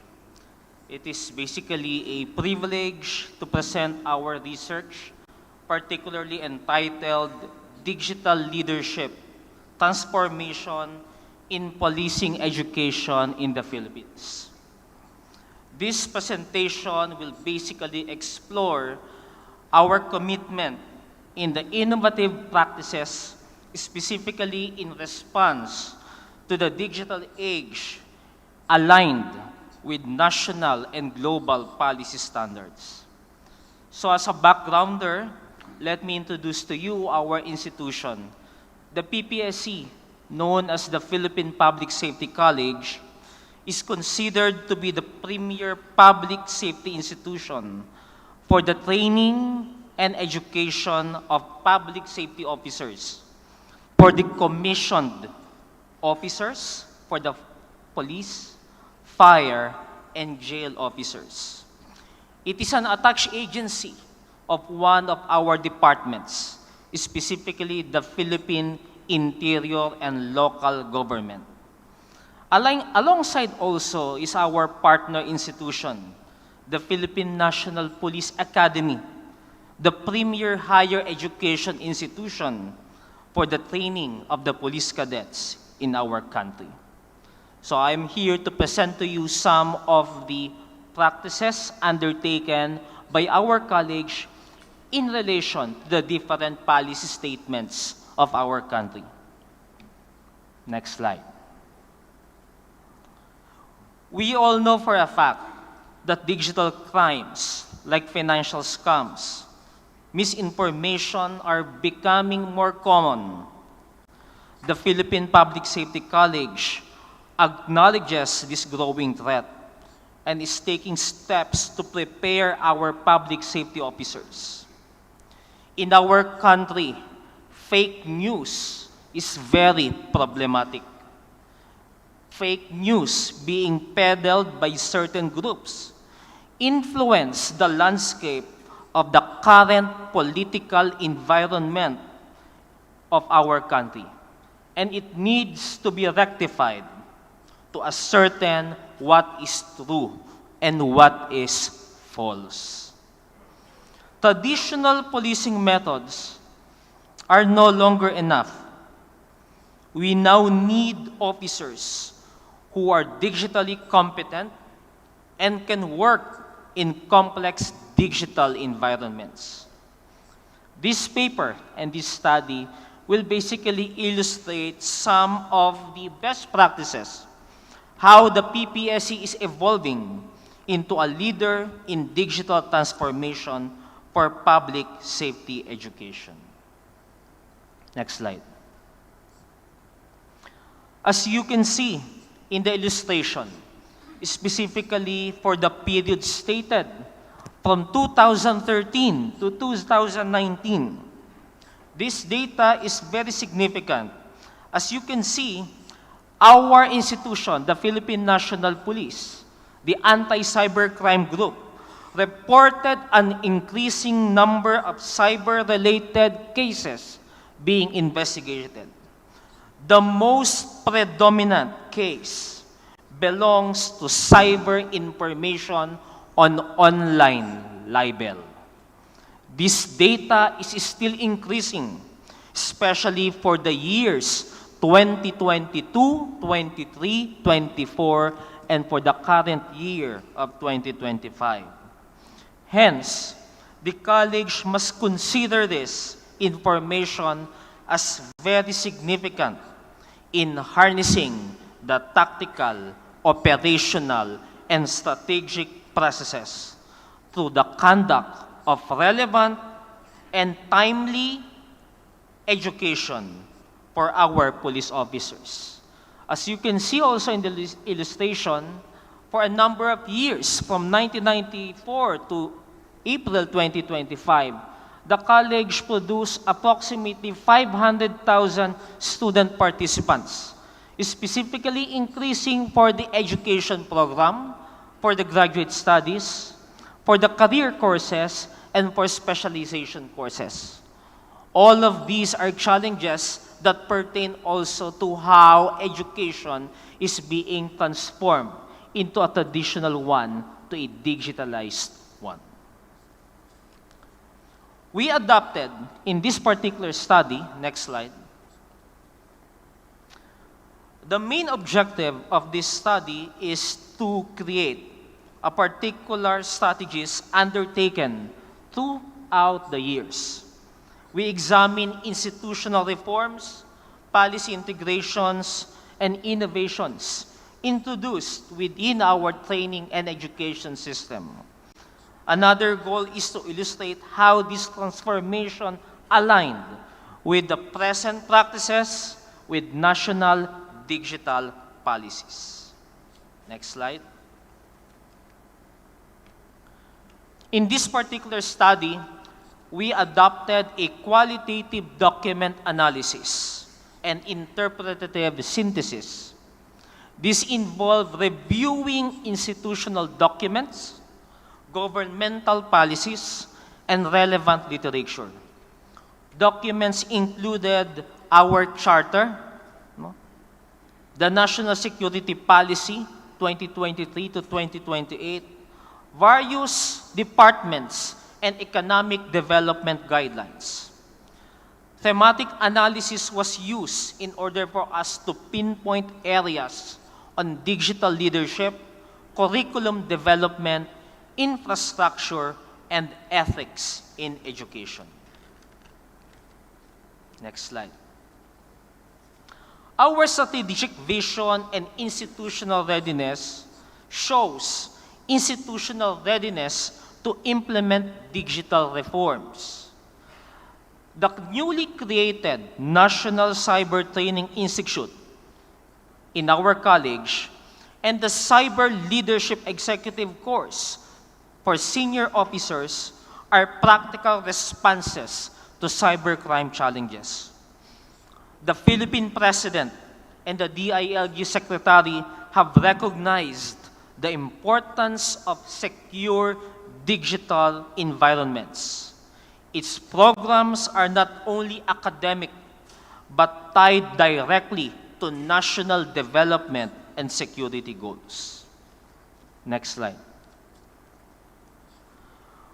From different countries around the world, police departments are relying on technological tools to facilitate not only their preparedness, intelligence, and service to the public, but also their working relationship. This becomes possible through digital transformation, which can be said to simply mean the utilization of technology to enable change and involve people who are responsible for the police process. The core idea is that police should be educated and trained in a new way, especially in this digital age, where crimes are committed using technology. In the Philippines, the front runner for this transformation, especially in education and training, is the PPSC, as it is mandated to provide the requisite education and good training to police, fire, and jail personnel. This paper specifically on the creation of a new constitutive unit, the National Service or the National Cyber Training Institute, is considered to be the forefront of this transformation. Next slide. In terms of policy alignment, we can say that the digital climate that has been created by the college is indicative of the belief that police in the present time must be technically competent. This is a comprehensive way of conducting digital transformation that calls for leaders to be able to lead change, start innovation, and understand the digital environmental complexities. Corollary, the creation of the National Cyber Training Institute is not only a symbolic but a practical milestone in the college. It inculcates the need for cyber education, giving focus in training cybersecurity, digital investigation, and cybercrime investigations. No less than the President of the Republic of the Philippines, President Ferdinand Marcos, inculcated the need to create a secure environment in the digital platform. As part of this branding known as Bagong Pilipinas, the DILG considered and approved the creation of this particular institution. With the aid, of course, of our partner institution, the Philippine National Police, and other related agencies, they called upon the organization that calls for the transformation and upholding the rule of law as mandated under the Patrol Plan 2030. The Philippine National Police concentrates on the capacity building of their human resources towards digital investigation and information system. Next slide. We have different partners for collaboration. In terms of collaborating with the different partner agencies, the PPSC is regularly forging strong collaboration with various institutions, both local and international.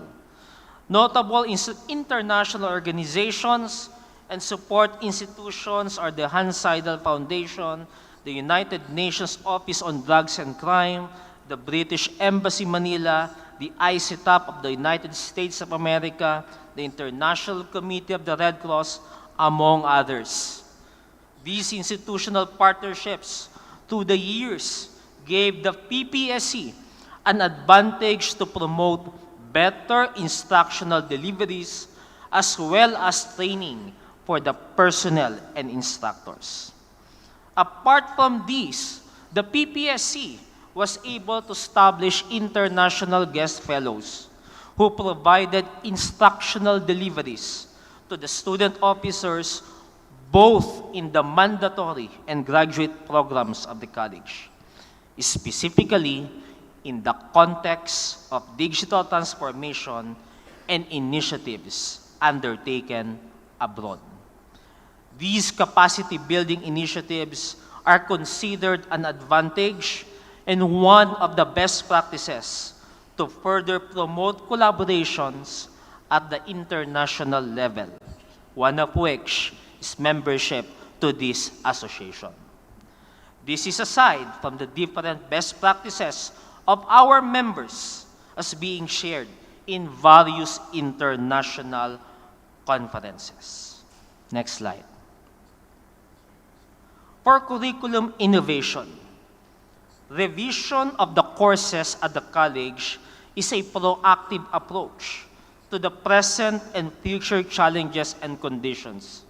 Subjects such as digital forensics, cyber law, and IT-enabled investigations have been integrated and are now part of the core learning process, especially under the National Forensic Science Training Institute. Specialized courses at NCTI complement mandatory courses at the National Police College and prepare public safety officers for the specific career path that is needed by the community and the general public. Next slide. Recently, the PPSC adopted a policy on the utilization of software that would check similarity indexes and the use of artificial intelligence on student papers works. The implementation of plagiarism detection software as already part of the policy will not only promote a culture of academic integrity, but at the same time, a source of creativity in research writing. Permission Next to slide. interrupt, Mr. Kapulong. You have 1 minute left to present. Okay. For the challenges and opportunities, we've identified different factors: infrastructure gaps and technological access, the need for actual field-based training, and among others. So for our conclusion, next slide is the last slide. The digital leadership is a culture. It is not just a strategy. It is an example in aligning national digital policies akin in addressing our national commitments. And education must adapt to future policing challenges. Thank you very much. Thank you for sharing Philippine Public Safety College's innovative practices. Kindly return to your seat, Mr. Kapulong. What an inspiring presentation. Now, the fourth presentation explores a practical AI application showing how ChatGPT enhances cadet writing skill and communication competence in Thailand. With the topic of the application of ChatGPT in developing English writing skills among police cadets, we invite speaker from RPCA Thailand, Mr. Duncan. Time is yours.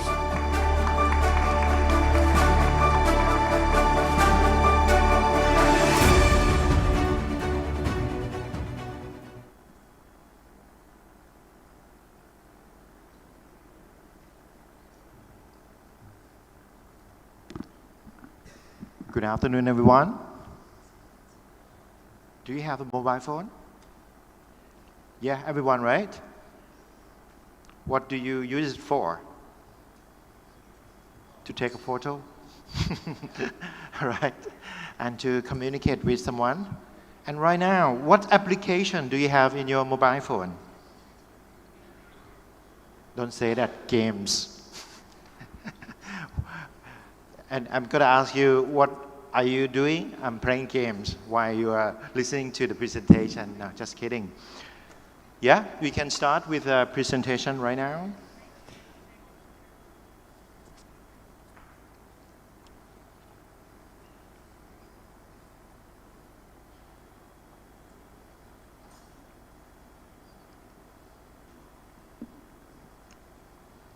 Okay, let me introduce myself.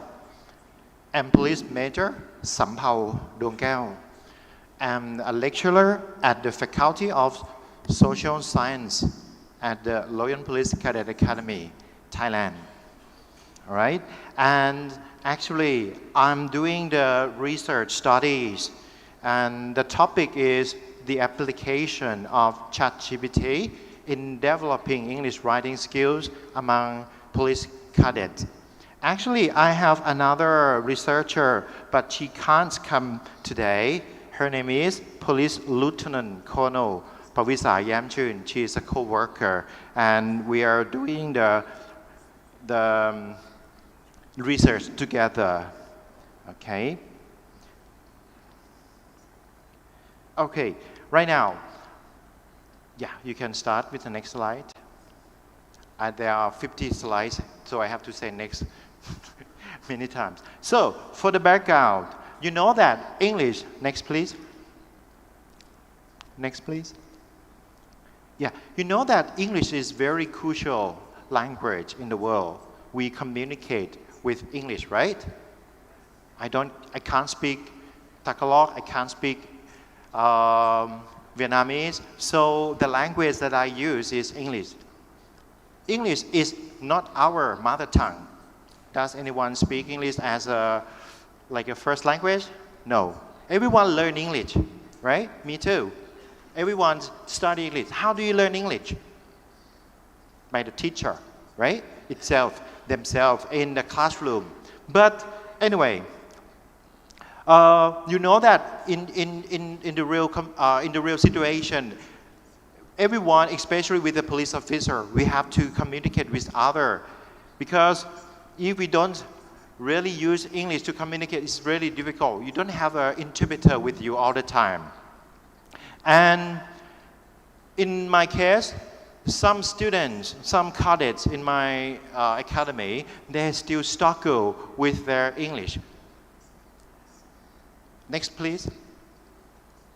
And actually, and traditional instruction or teaching, the teacher is the center, right? We want to focus on the learner-centeredness.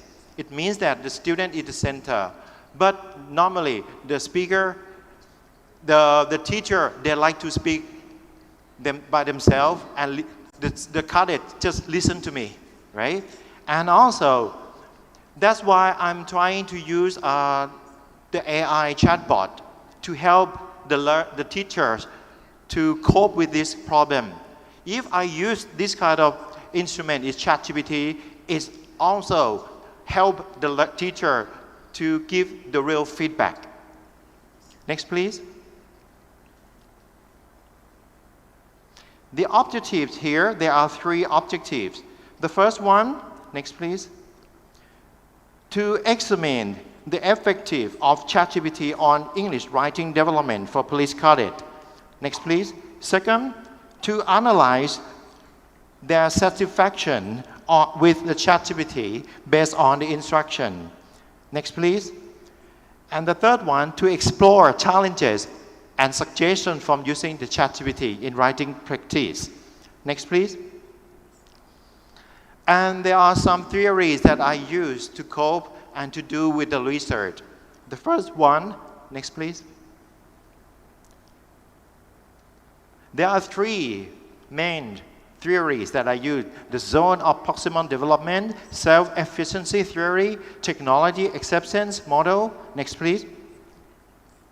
The zone of optimum development is the theory from Vygotsky. He suggests that the learner perform best with the support that is slightly beyond their current ability. ChatGPT acts as a support, providing the real-time writing guidance. Next, please. And the second theory is from Bandura, self-efficiency theory.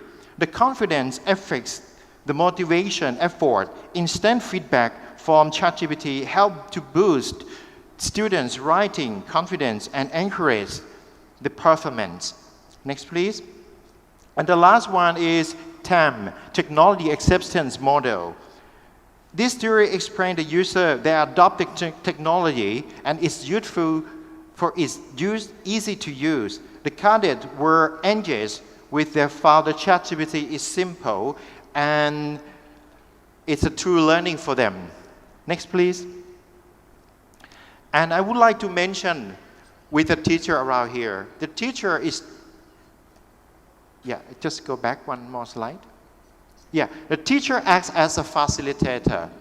It's very important right now because we're not focusing on the teacher themselves, but we focus on the students. The teacher acts as facilitator is to mean to support and help the students learn. Next, please. The research method. Next.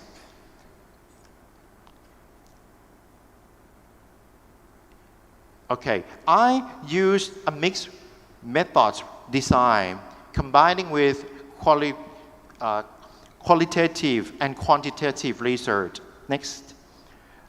The participants involved, the research, there are 30 first-year police cadets.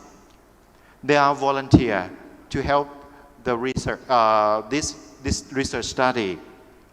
And the tools that I use, there are 4 research instruments. The first one is lesson plans, p-test, post-test, questionnaire, and semester interview. Next. Next. The procedure that I use is the first week I did the orientation. The cadets were introduced to the use of ChatGPT and took the P-test. The P-test is about writing ability, focusing on grammar and sentence errors or error identification. Next, please. Week 2 to 4, I trained them how to use, after I trained them how to use the ChatGPT, I use the grammar-based prompts to form the lesson plan to help them learn how to prompt and how to use the example, things like that, to get the information from the ChatGPT. Next, please. And after that, week 5, I did the post-test to access their writing and distribute the questionnaire to gather some information about the learner perceptions. And I did the semi-structured interview to get the in-depth answers from the cadet. Next, please. And the data analysis. Next. The first one was quantitative data. I used the writing score using the pair simple t-test to compare the p-test and post-test and coherence D to measure the strength of improvement. Next. And also after that, I used the questionnaire to get the information to evaluate overall satisfaction. Next.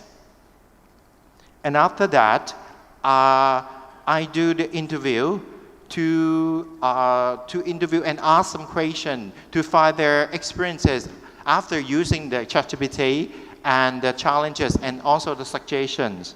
Next. The results. Next. The results show that when I compare the average score, you can see that the score improved significantly. The average score increased from 14.77 in the p-test to 18.3 in the post-test. Next, please. And this one is show the data from doing the questionnaire. It's also show that they are very satisfied with using the ChatGPT to help them learn. Next, please. According to the confidence from the interview, they increase the writing confidence. The students feel more confident in using English because they don't have to focus on the teacher only, because they can get the feedback suddenly. Next, please. Next, please. Next, please. I still have more information because it's just 5 minutes, right? 5 more minutes. And next, please. Okay, for the discussion, I like to say that, next please. Writing of the student has been improved significantly, so I can say that ChatGPT was effective in using. Next please. And with the score of the questionnaire, I can say that we have the high certification because someone said that it's easy to use and motivate. Next, please. Next, please.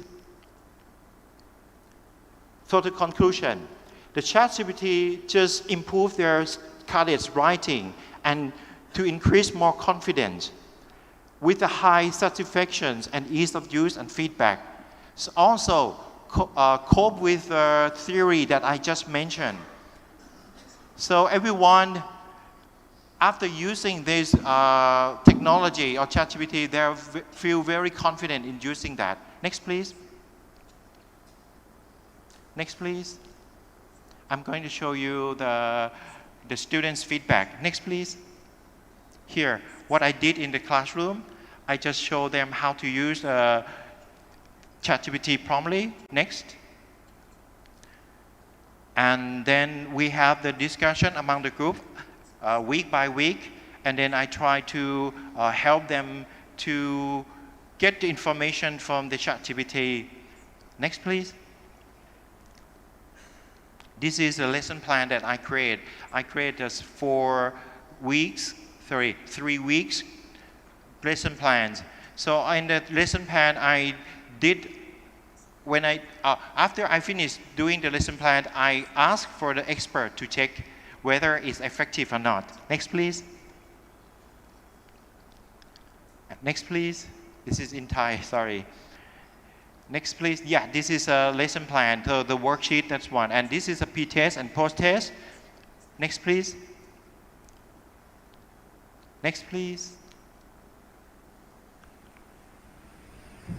สวัสดีครับผมชื่อเรียนตำรวจกวีวัฒน์จันเจมาศนะครับในโครงการนี้เนี่ยครับผมมีโอกาสดีมากเลยที่ได้ใช้แอป ChatGPT นะครับเพื่อพัฒนาทักษะการเขียนและภาษาอังกฤษนะครับโดยเฉพาะในเรื่องของไวยากรณ์และแกรมมานะครับตอนแรกเนี่ยผมไม่มั่นใจเลยใน2ข้อนี้แต่พอผมไม่ใช้แอปเนี่ยผมไม่เห็นได้เลยว่าเรามีข้อผิดพลาดตรงไหนบ้างและรู้วิธีการแก้ไขโดยทันทีนะครับสิ่งที่ประทับใจมากที่สุดนะครับก็คือว่าแอปเนี่ยเราสามารถสอบถามได้เรื่อยๆเลยโดยที่ไม่ต้องกลัวว่ามันเหนื่อยนะครับตอนนี้เนี่ยผมมีความมั่นใจมากขึ้นการเขียนภาษาอังกฤษเนี่ยไม่ใช่เรื่องยากอีกต่อไปแล้วเพราะว่ามีแอปเป็นสิ่งที่คอยแก้ไขให้ผมนะครับผมเชื่อว่า AI อย่าง ChatGPT เนี่ยช่วยนักเรียนได้จริงขอบคุณให้ผมเป็นส่วนหนึ่งของงานวิจัยนะครับผมรู้สึกสนุกและประทับใจในงานวิจัยนี้อย่างมากครับขอบคุณครับ Next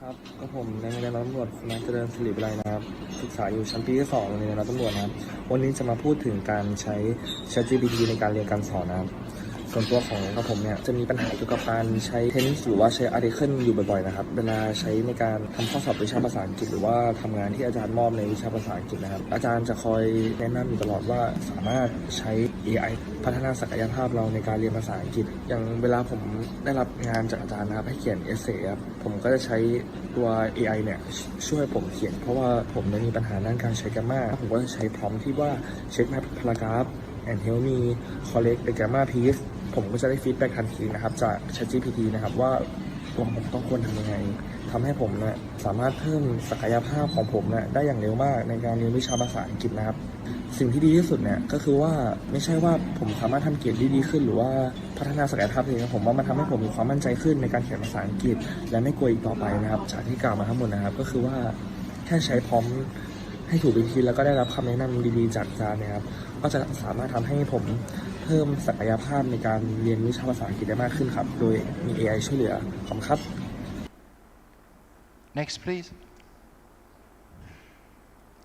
The AI or chatbot or everything should complement teaching.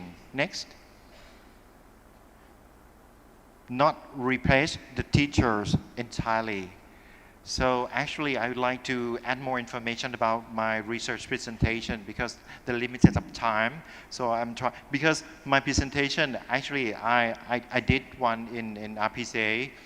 It took me like half an hour to do the presentation. It's also a lot of information about that. It's very detailed in doing that one.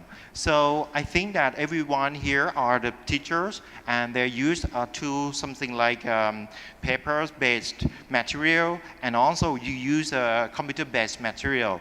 So I think this kind of material that you use, I think you should use to help the student to learn. Okay, and I'm thinking about the autonomous learning because if students stuck, they will stuck by our own teaching. So tools such as AI is very important for them to use in the future. Thank you. Thank you for your insightful sharing. Please have a seat, Mr. Drumcorps. Before we're moving on to the second presentation, we would love to hear the background of our cadet. Can you tell me, cadet, how to improve your English speaking skills so you can be the representative among all cadets? You can answer it now. Okay, so check. Thank you for the wonderful question. To improve my English skills, of course, first you must have a an innate want to learn English, because without that, I should say, if your heart doesn't move, your brain won't move also. I think that's... Okay, thank you for your answer. Finally, we're going to hear from our own future leaders, the Cadet team from Indonesian National Police Academy, discussing about revitalizing akpol's curriculum to build digital leadership capacity, with the topic of revitalizing the role of the police academy in improving students' ability to face the digital leadership era. We invite the Cadet team to present.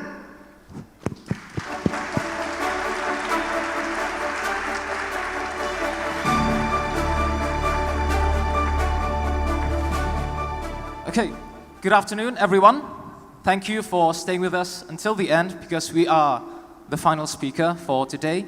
Just two cadets, still learning, still growing, trying to share our perspective on a matter that most of you may already be familiar with. That's right, and I can see that most of you are already tired from sitting too long, so we'll try to make this presentation as quick and simple as possible. But before we start, I would like to ask, has anyone here ever helped your parents or people who are older than you with tech problems?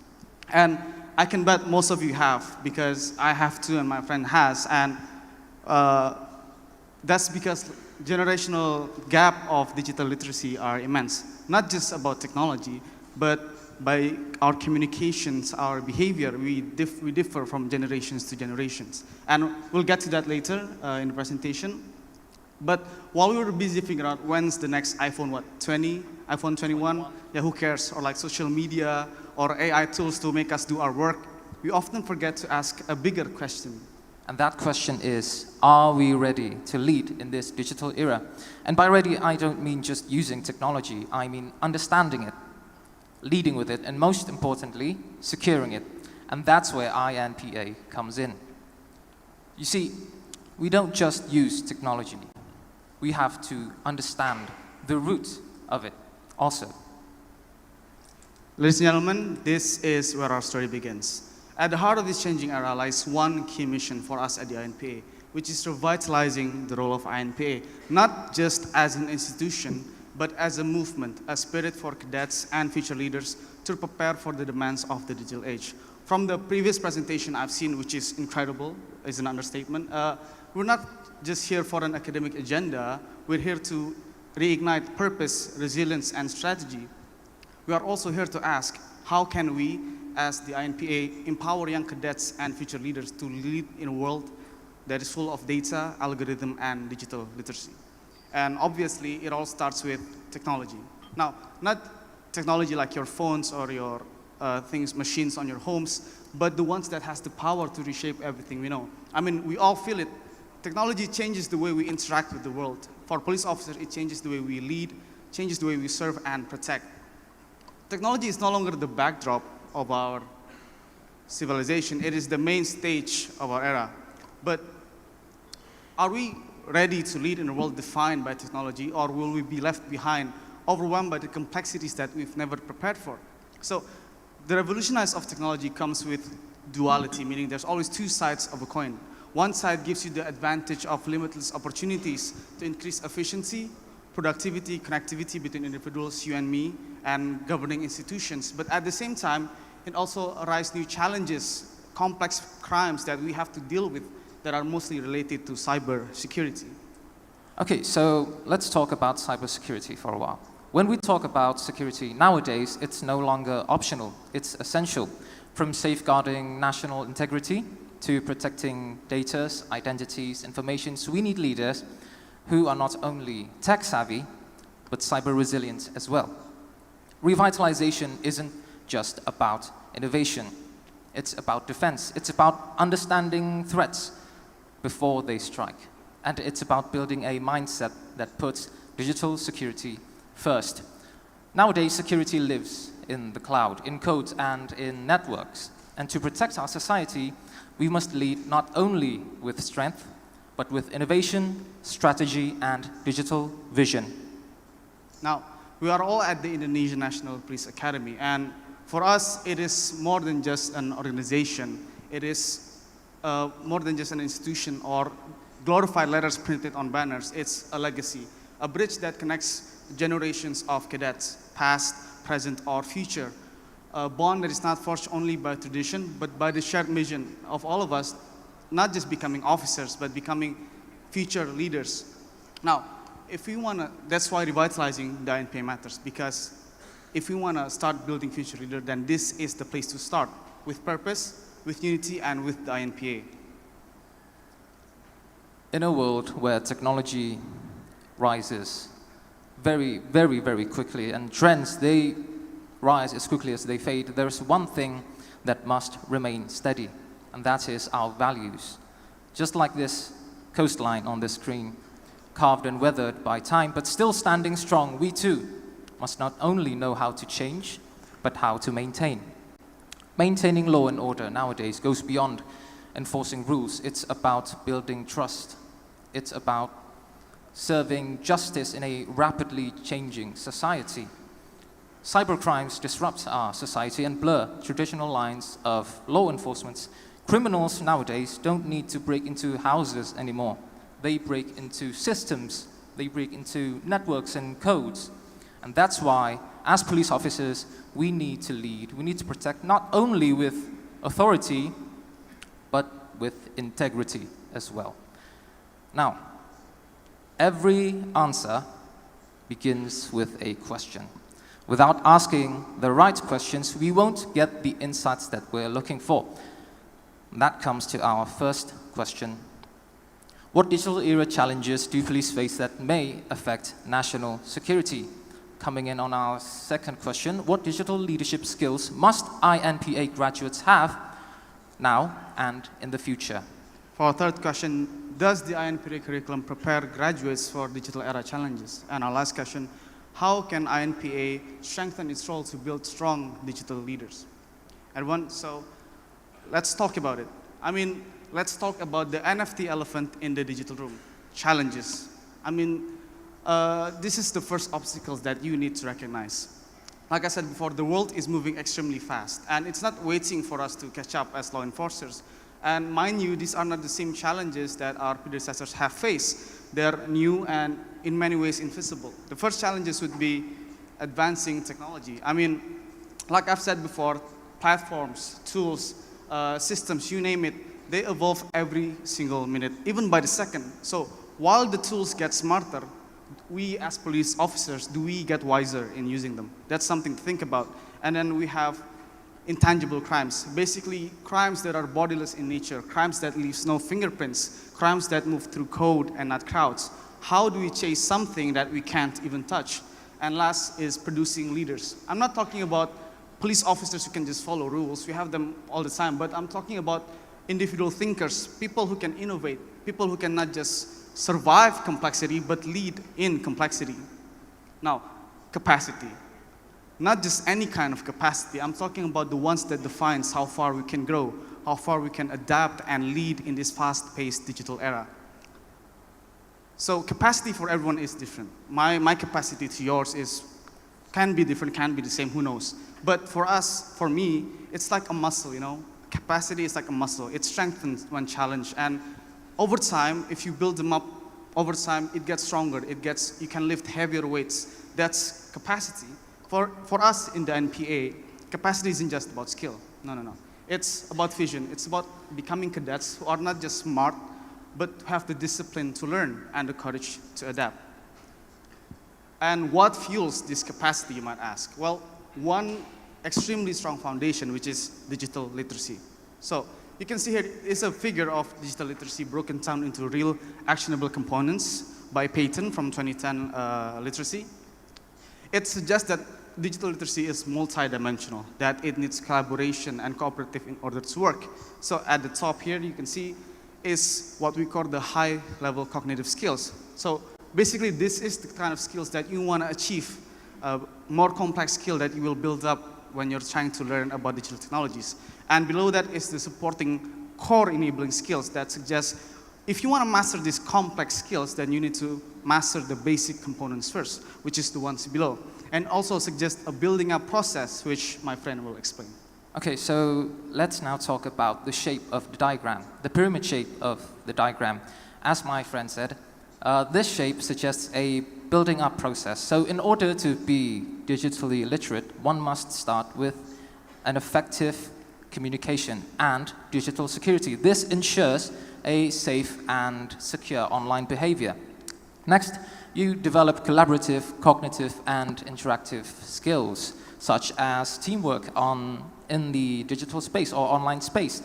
Then you strengthen critical thinking and creativity. This enables you to produce original ideas and enables you to sort out the relevant and irrelevant informations online. Then finally, you come to the top of the pyramid, which is the functional skills. So operating modern tools, technologies. Now this is supported by all the previous layers that I mentioned before. Now what's important to note is that, as you can see, the elements don't work in isolation. You can't just try to figure out functional skills on your own. They are complete and strengthen one another. This is the kind of digital literacy that on the INPA that we aim to build. One that is smart, safe, ethical, and definitely future ready. Okay, now let's talk about the education and curriculum. What about the education and curriculum in the INPA, you might be wondering? Well, education in the INPA isn't just about discipline. It's about capabilities, and the curriculum is designed to shape cadets into future police leaders who are adaptive and modern-minded. Cadets now practice with real-world tools such as e-reporting platforms, digital investigations, and smart surveillance, and not just in theory alone, but in practice. The goal? Well, the goal is to produce future police leaders who are rooted in values and are ready to lead in this digital era. What about our role? Well, for INPA, the role is quite clear, and that is to create future police leaders who are, once again, adaptive and modern-minded. And our role as cadets is to strive for knowledge, is to continue learning, continue growing, and not just in policing alone, but in other branches as well. The INPA and its cadets form a sort of mutualistic bond. The INPA equips us with knowledge, skills, and tools, and we contribute innovation. We contribute fresh, new ideas that drives innovation. Together, we evolve to meet the modern demands of policing. To support what my friend said about mutualistic bond between me and us and organization, as you can see, that is me in the middle picture. Yeah, that was me 2 years ago. So basically, luckily I was a part of the 2023 PASFA event in South Korea, and I was also a participant in the IUCP. And thank God I won first place in that competition. But it's not because of what I'm capable of or because I'm good at English. No, no, no. It's because that the INPA has a role to fulfill during my time here as a cadet. It has empowered me. They have supported me and encouraged me throughout the way that I believe in myself and I've reached my full potential in their guidance. Now that the INPA organization has fulfilled its role towards me, then it is up to me, up to him, and up to us to fulfill our role as cadets and future police leaders. Okay, so let's wrap this up quickly, shall we? In a world where technology races ahead like it's late for something, naturally, threats and crimes, they tag along, creating new tangled challenges that aren't easy to untangle. And that's where INPA comes in. You see, the Indonesian National Police Academy isn't just reacting, it's transforming. Why? Because modern-day police officers need digital brains and adaptive minds, not just a badge and a gun. We need leaders who can lead us through pixels, through firewalls, and that starts with how we prepare them right here, right now. Since we're about to finish, let's talk about game plan. Let's talk about how can we make it better for us. I mean, for us at the INPA, we can suggest two things at the moment because we're not that experienced and that resourceful at the moment. We can first suggest an LMS or a learning management system, as one of the previous speakers said about LMS. Learning management system, something interactive, something modern, accessible, anytime and anywhere. A learning system in the INPA that prioritizes the use of digital technology and the usage of digital literacy. So that means leaving behind more conventional learning methods that are deemed less effective in today's era? And how about we can upgrade the regulations and curriculum?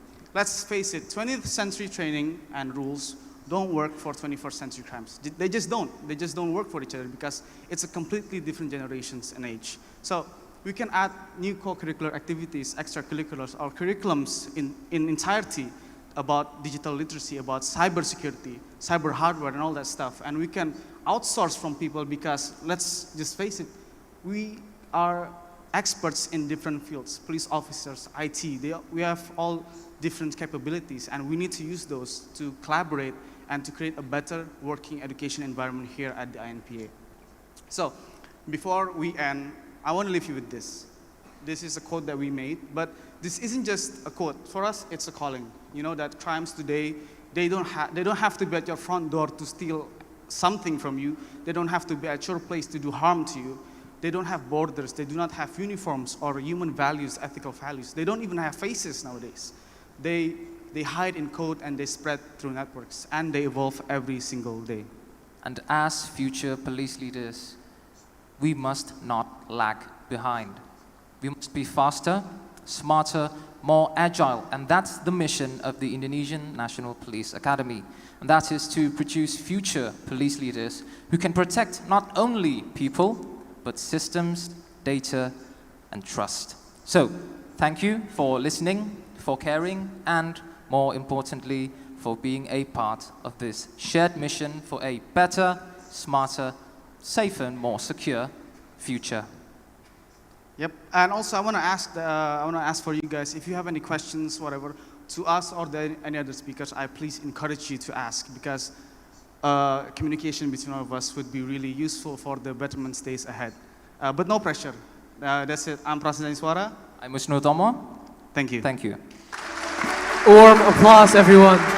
Thank you, cadets of Indonesian National Police Academy, for your valuable sharing. Once again, a warm applause, everyone.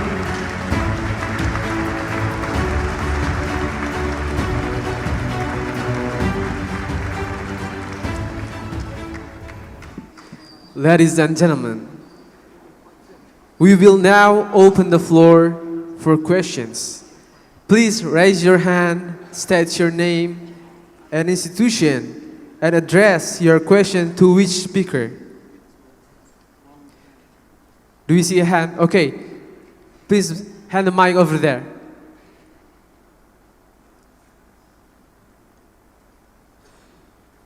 Don't forget to state your name. Okay. Good afternoon, sir. I am Savani from Sugijaka Pranata Catholic University. And my question is for Mr. Professor Dr. Chris Nanda.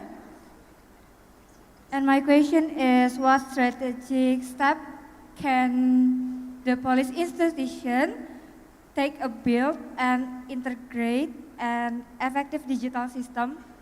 And then how to recruit and train professional and integrity-driven cyber scopes? Thank you.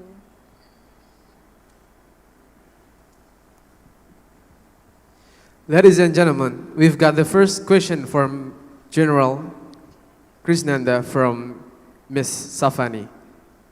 Thank you for the question, and may I invite Mr. General Krisnanda to respond.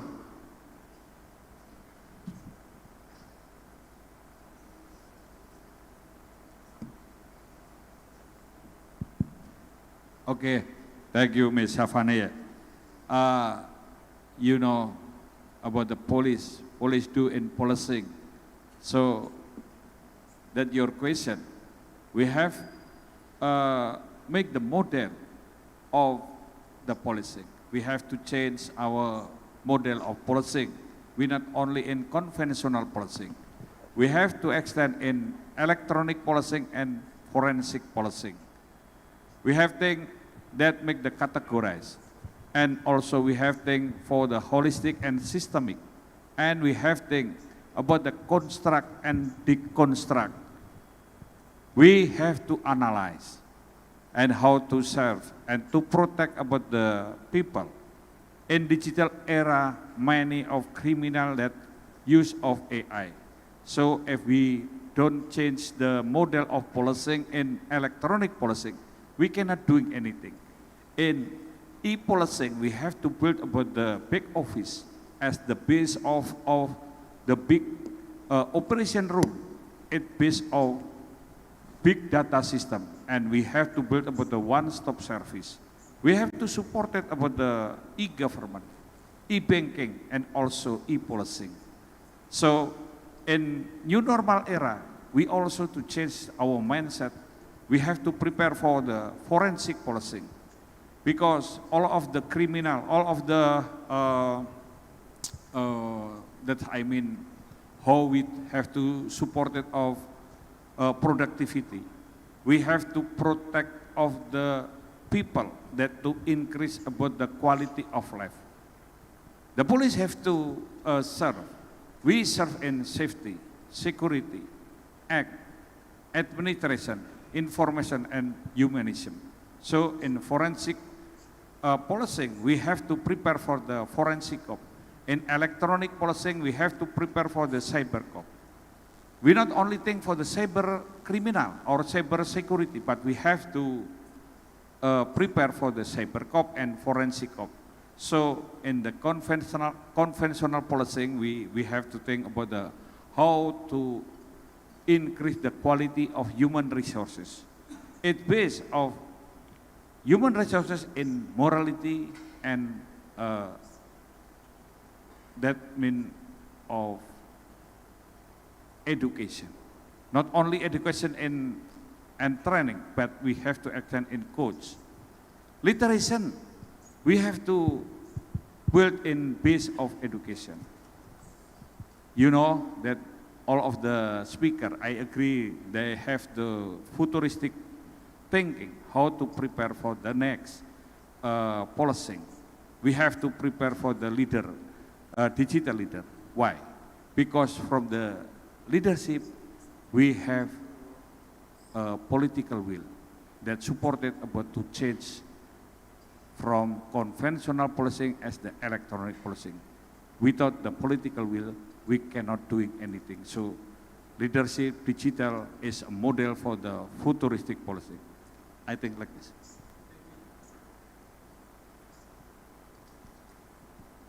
Thank you, General, for your informative answer.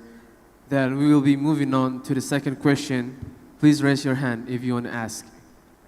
Please hand the mic to the man on the center row. Hand the mic.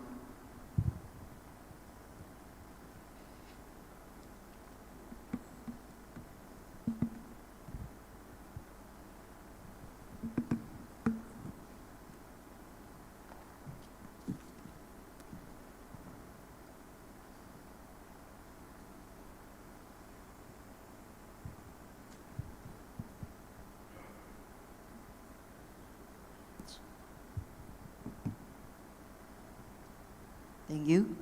First, I would like to extend my congratulations to the Indonesian National Police Authority on the 79th anniversary of Bayangkara Day, celebrated on July 1, 2025. A notable highlight of the celebration was the demonstration of advanced robot developed by the police force. This innovation clearly illustration how technology advancement can significantly transform modern policing. My question is, in the future, how should police organizations adapt their operation to leverage cutting-edge technology like AI and robotics will ensure that the impressible human element of policing, such as judgment, empathy, and ethical decision-making, remain at the core of law enforcement? What strategies would prevent technology from replacing police officers, but engagement their capability? Thank you so much. Please, sir, state your name and address your question to each speaker. State your name and address To which speaker do you want to ask?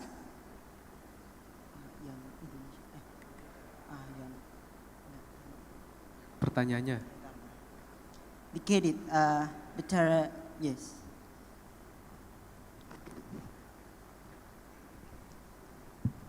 Okay, thank you so much for the question. You asked about in the Remembrance Day of the Police, we represent technologies about the dog and the human robotics, right? That's what you're asking.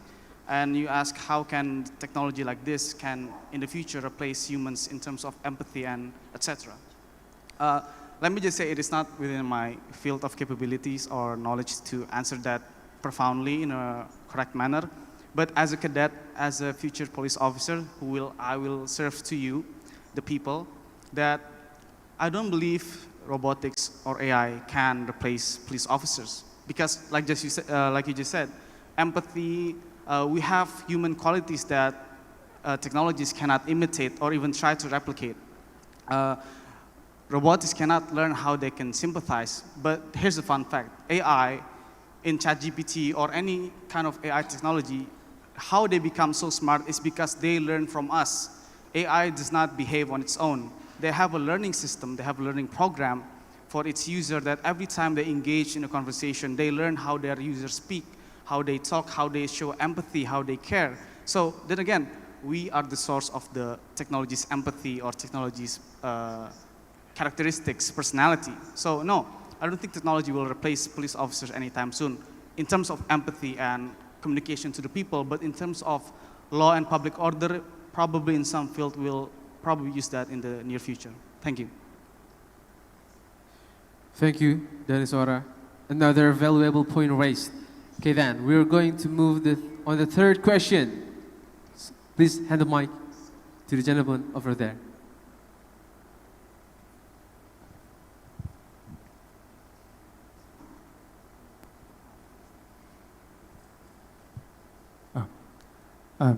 Thank you for giving me a chance to giving questions to the cadets, and congratulations for General Mini Sisiko to have proud cadets like them. So congratulations. So my question is, there is no right or wrong answer. It's just an open question. You guys must have heard of algorithmic bias, which means algorithms can have biases. So, for example, in predictive policing, algorithms are made by trained data, right? So, if that trained data is contaminated by reflecting problematic realities like disproportionate policing against ethnic or religious minorities, the predictive policing made by those algorithms can also be biased. So in that case, how would you like to maintain the distributive justice which tells the equal police service to all? So that's my question. Thank you, sir, for your question. And it's time to raise your voice, Cadet. Please, time is yours. Thank you again for the question, very critical. But you ask about how we have our own perspective bias and justice can be biased in some times, and you ask how different ethnicities can affect on how we can deliver a just decision in difference. So in Indonesia, we have one of the largest cultures and ethnicities, different cultures, and how do we do predictive policing in terms of doing just decisions when we have our own biased opinion and our perspective. When my time as a cadet, we have this thing called job training and internships in real police stations and offices. And for these 3 years, we do it in different areas. So we see different cultures and different societal environment at that time. It's very different. All of them are very different. They have different approaches in dealing with the people, because we can't just do at long ago when we can just enact violence and we can enact force. We'll just go viral and the public will criticize our work. So what we do is we have this officer that's called Babin Kaptipmas. Basically, it's a police officer that's from the people that understand the culture, that has a good relation with the community characters, people that are highly profound in that area, the ones who understand bias. So in that term, in that police station, what they're trying to achieve is basically a common understanding that that's not always entirely justice to the law, that won't entirely follow the rules, but as long as peace is maintained, it's good enough, because we cannot be idealists. We know that laws cannot be enacted all the time. We know that laws are defective in some ways, and we're still trying to make the best of laws. But once the people is happy, when we understand it does not cause problems for the police officers, that's how we do it, through Babin Kaptipmas, through the police officer that every day they patrol the neighborhood, they understand the people and all that with ethnicity. So the police station in that area have the same perspective, has the same biases on what they want and how do they want, and what is justice in terms of that conflict of the people and the police. I think that's from me. Thank you so much. Thank you, Dari Suara, once again. That was helpful and enlightening. We can talk again after this. It was a great answer, and I think Indonesian police can be the beacon or ideal model for the multi-ethnic or multicultural society. I wish all the best. Thank you for so your much. answer. That's a great compliment. Thank you, sir. Now for the last question, please hand the mic to Superintendent Commissioner. Thank you for the chance. My question addressed to Mr. Sam. Good afternoon, Mr. Sam. I'm interested with how ChatGPT help student to write in English. But let me know that I'm not the person who anti-technology. Technology can help us. But if you easily student cadet using ChatGPT to help writing English, I'm afraid that there will be the trend, yeah, the trend to intend to use technology. They cannot write without ChatGPT. I have read for the time theory for Davis, the technology acceptance model in 1996, but you forget that in the time theory, Davis has already modified in 1996. There is three that we can anticipate. First is perceived usefulness, and second is perceived ease of use, and the three, intention to use. Now, right now for the cadet in ENP, for example, I train my cadet to write in English, not just to easily in English, but they must conduct how to, for example, the journal Academic International. You know that for the Scopus, for example, not just the plagiarism, but AI checker. So, I mean, if you easily, or the cadet using ChatGPT to writing skills, it will harmful for the future. So, how you manage this so it can be helped, but not to make the intents to use. Thank you. Thank you for your question, Commander. Third question for Mr. Duan Cao. Let's hear the response from our speaker. Test. Time is yours. Thank you very much, sir, for the question. As he just mentioned about the technology, everyone knows that technology is very important and very crucial, and it's a part of our life. That's why I just asked, do you have mobile phone? Everyone say yes. Right? Okay. When I was young, I don't know what is mobile phone, because I never used a mobile phone before. It was very expensive, more than expensive, even the computer. Right now, everyone can easily to access the technology. For example, like what he just said, that everything in the world right now is it's the way that we can communicate together. We can use technology, especially with AI chatbot that I just do. It helps my student to, how can I say, to get rid of their learning style. It means that They are trying to use this kind of tool to be part of their learning. I train them how to use it effectively by using their strategies. The strategy here is that you have to use, how can I say, it means that they have to train, to use it effectively. And in my case, I also put this kind of lesson plan to my lessons.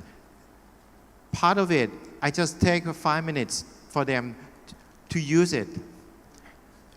And I know that sometimes it's really difficult for them to access, because they know that technology is very easy to use.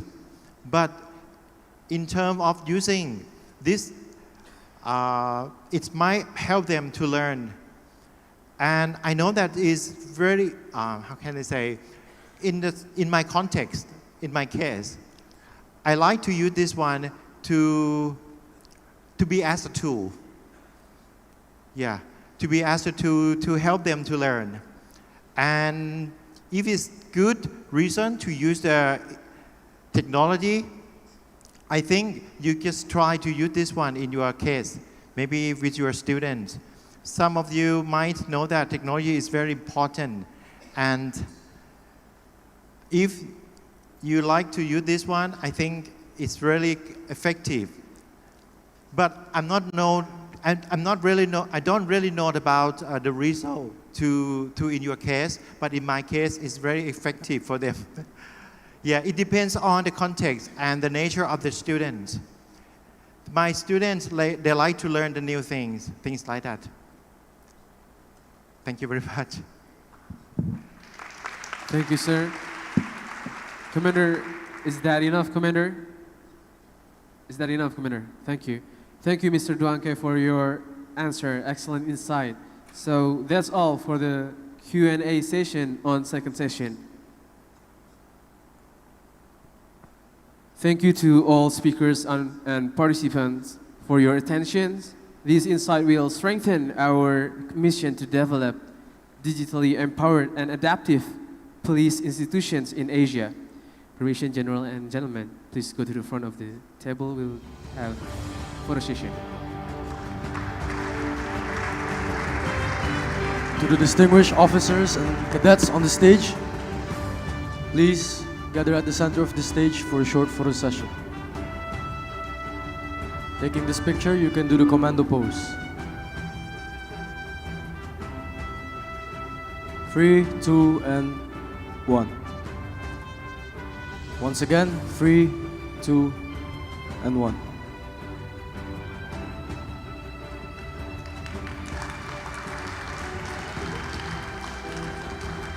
You may now return from the stage and return to your respective seats.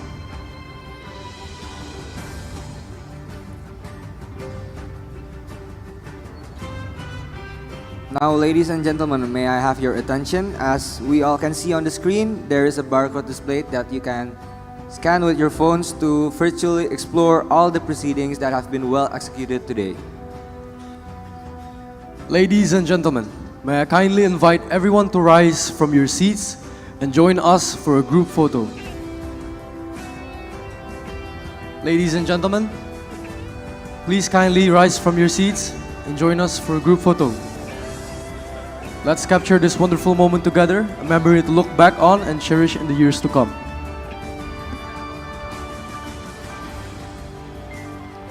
Mohon izin atasan, senior dan rekan-rekan sekalian untuk berdiri dan mengambil pose komando untuk pengambilan foto.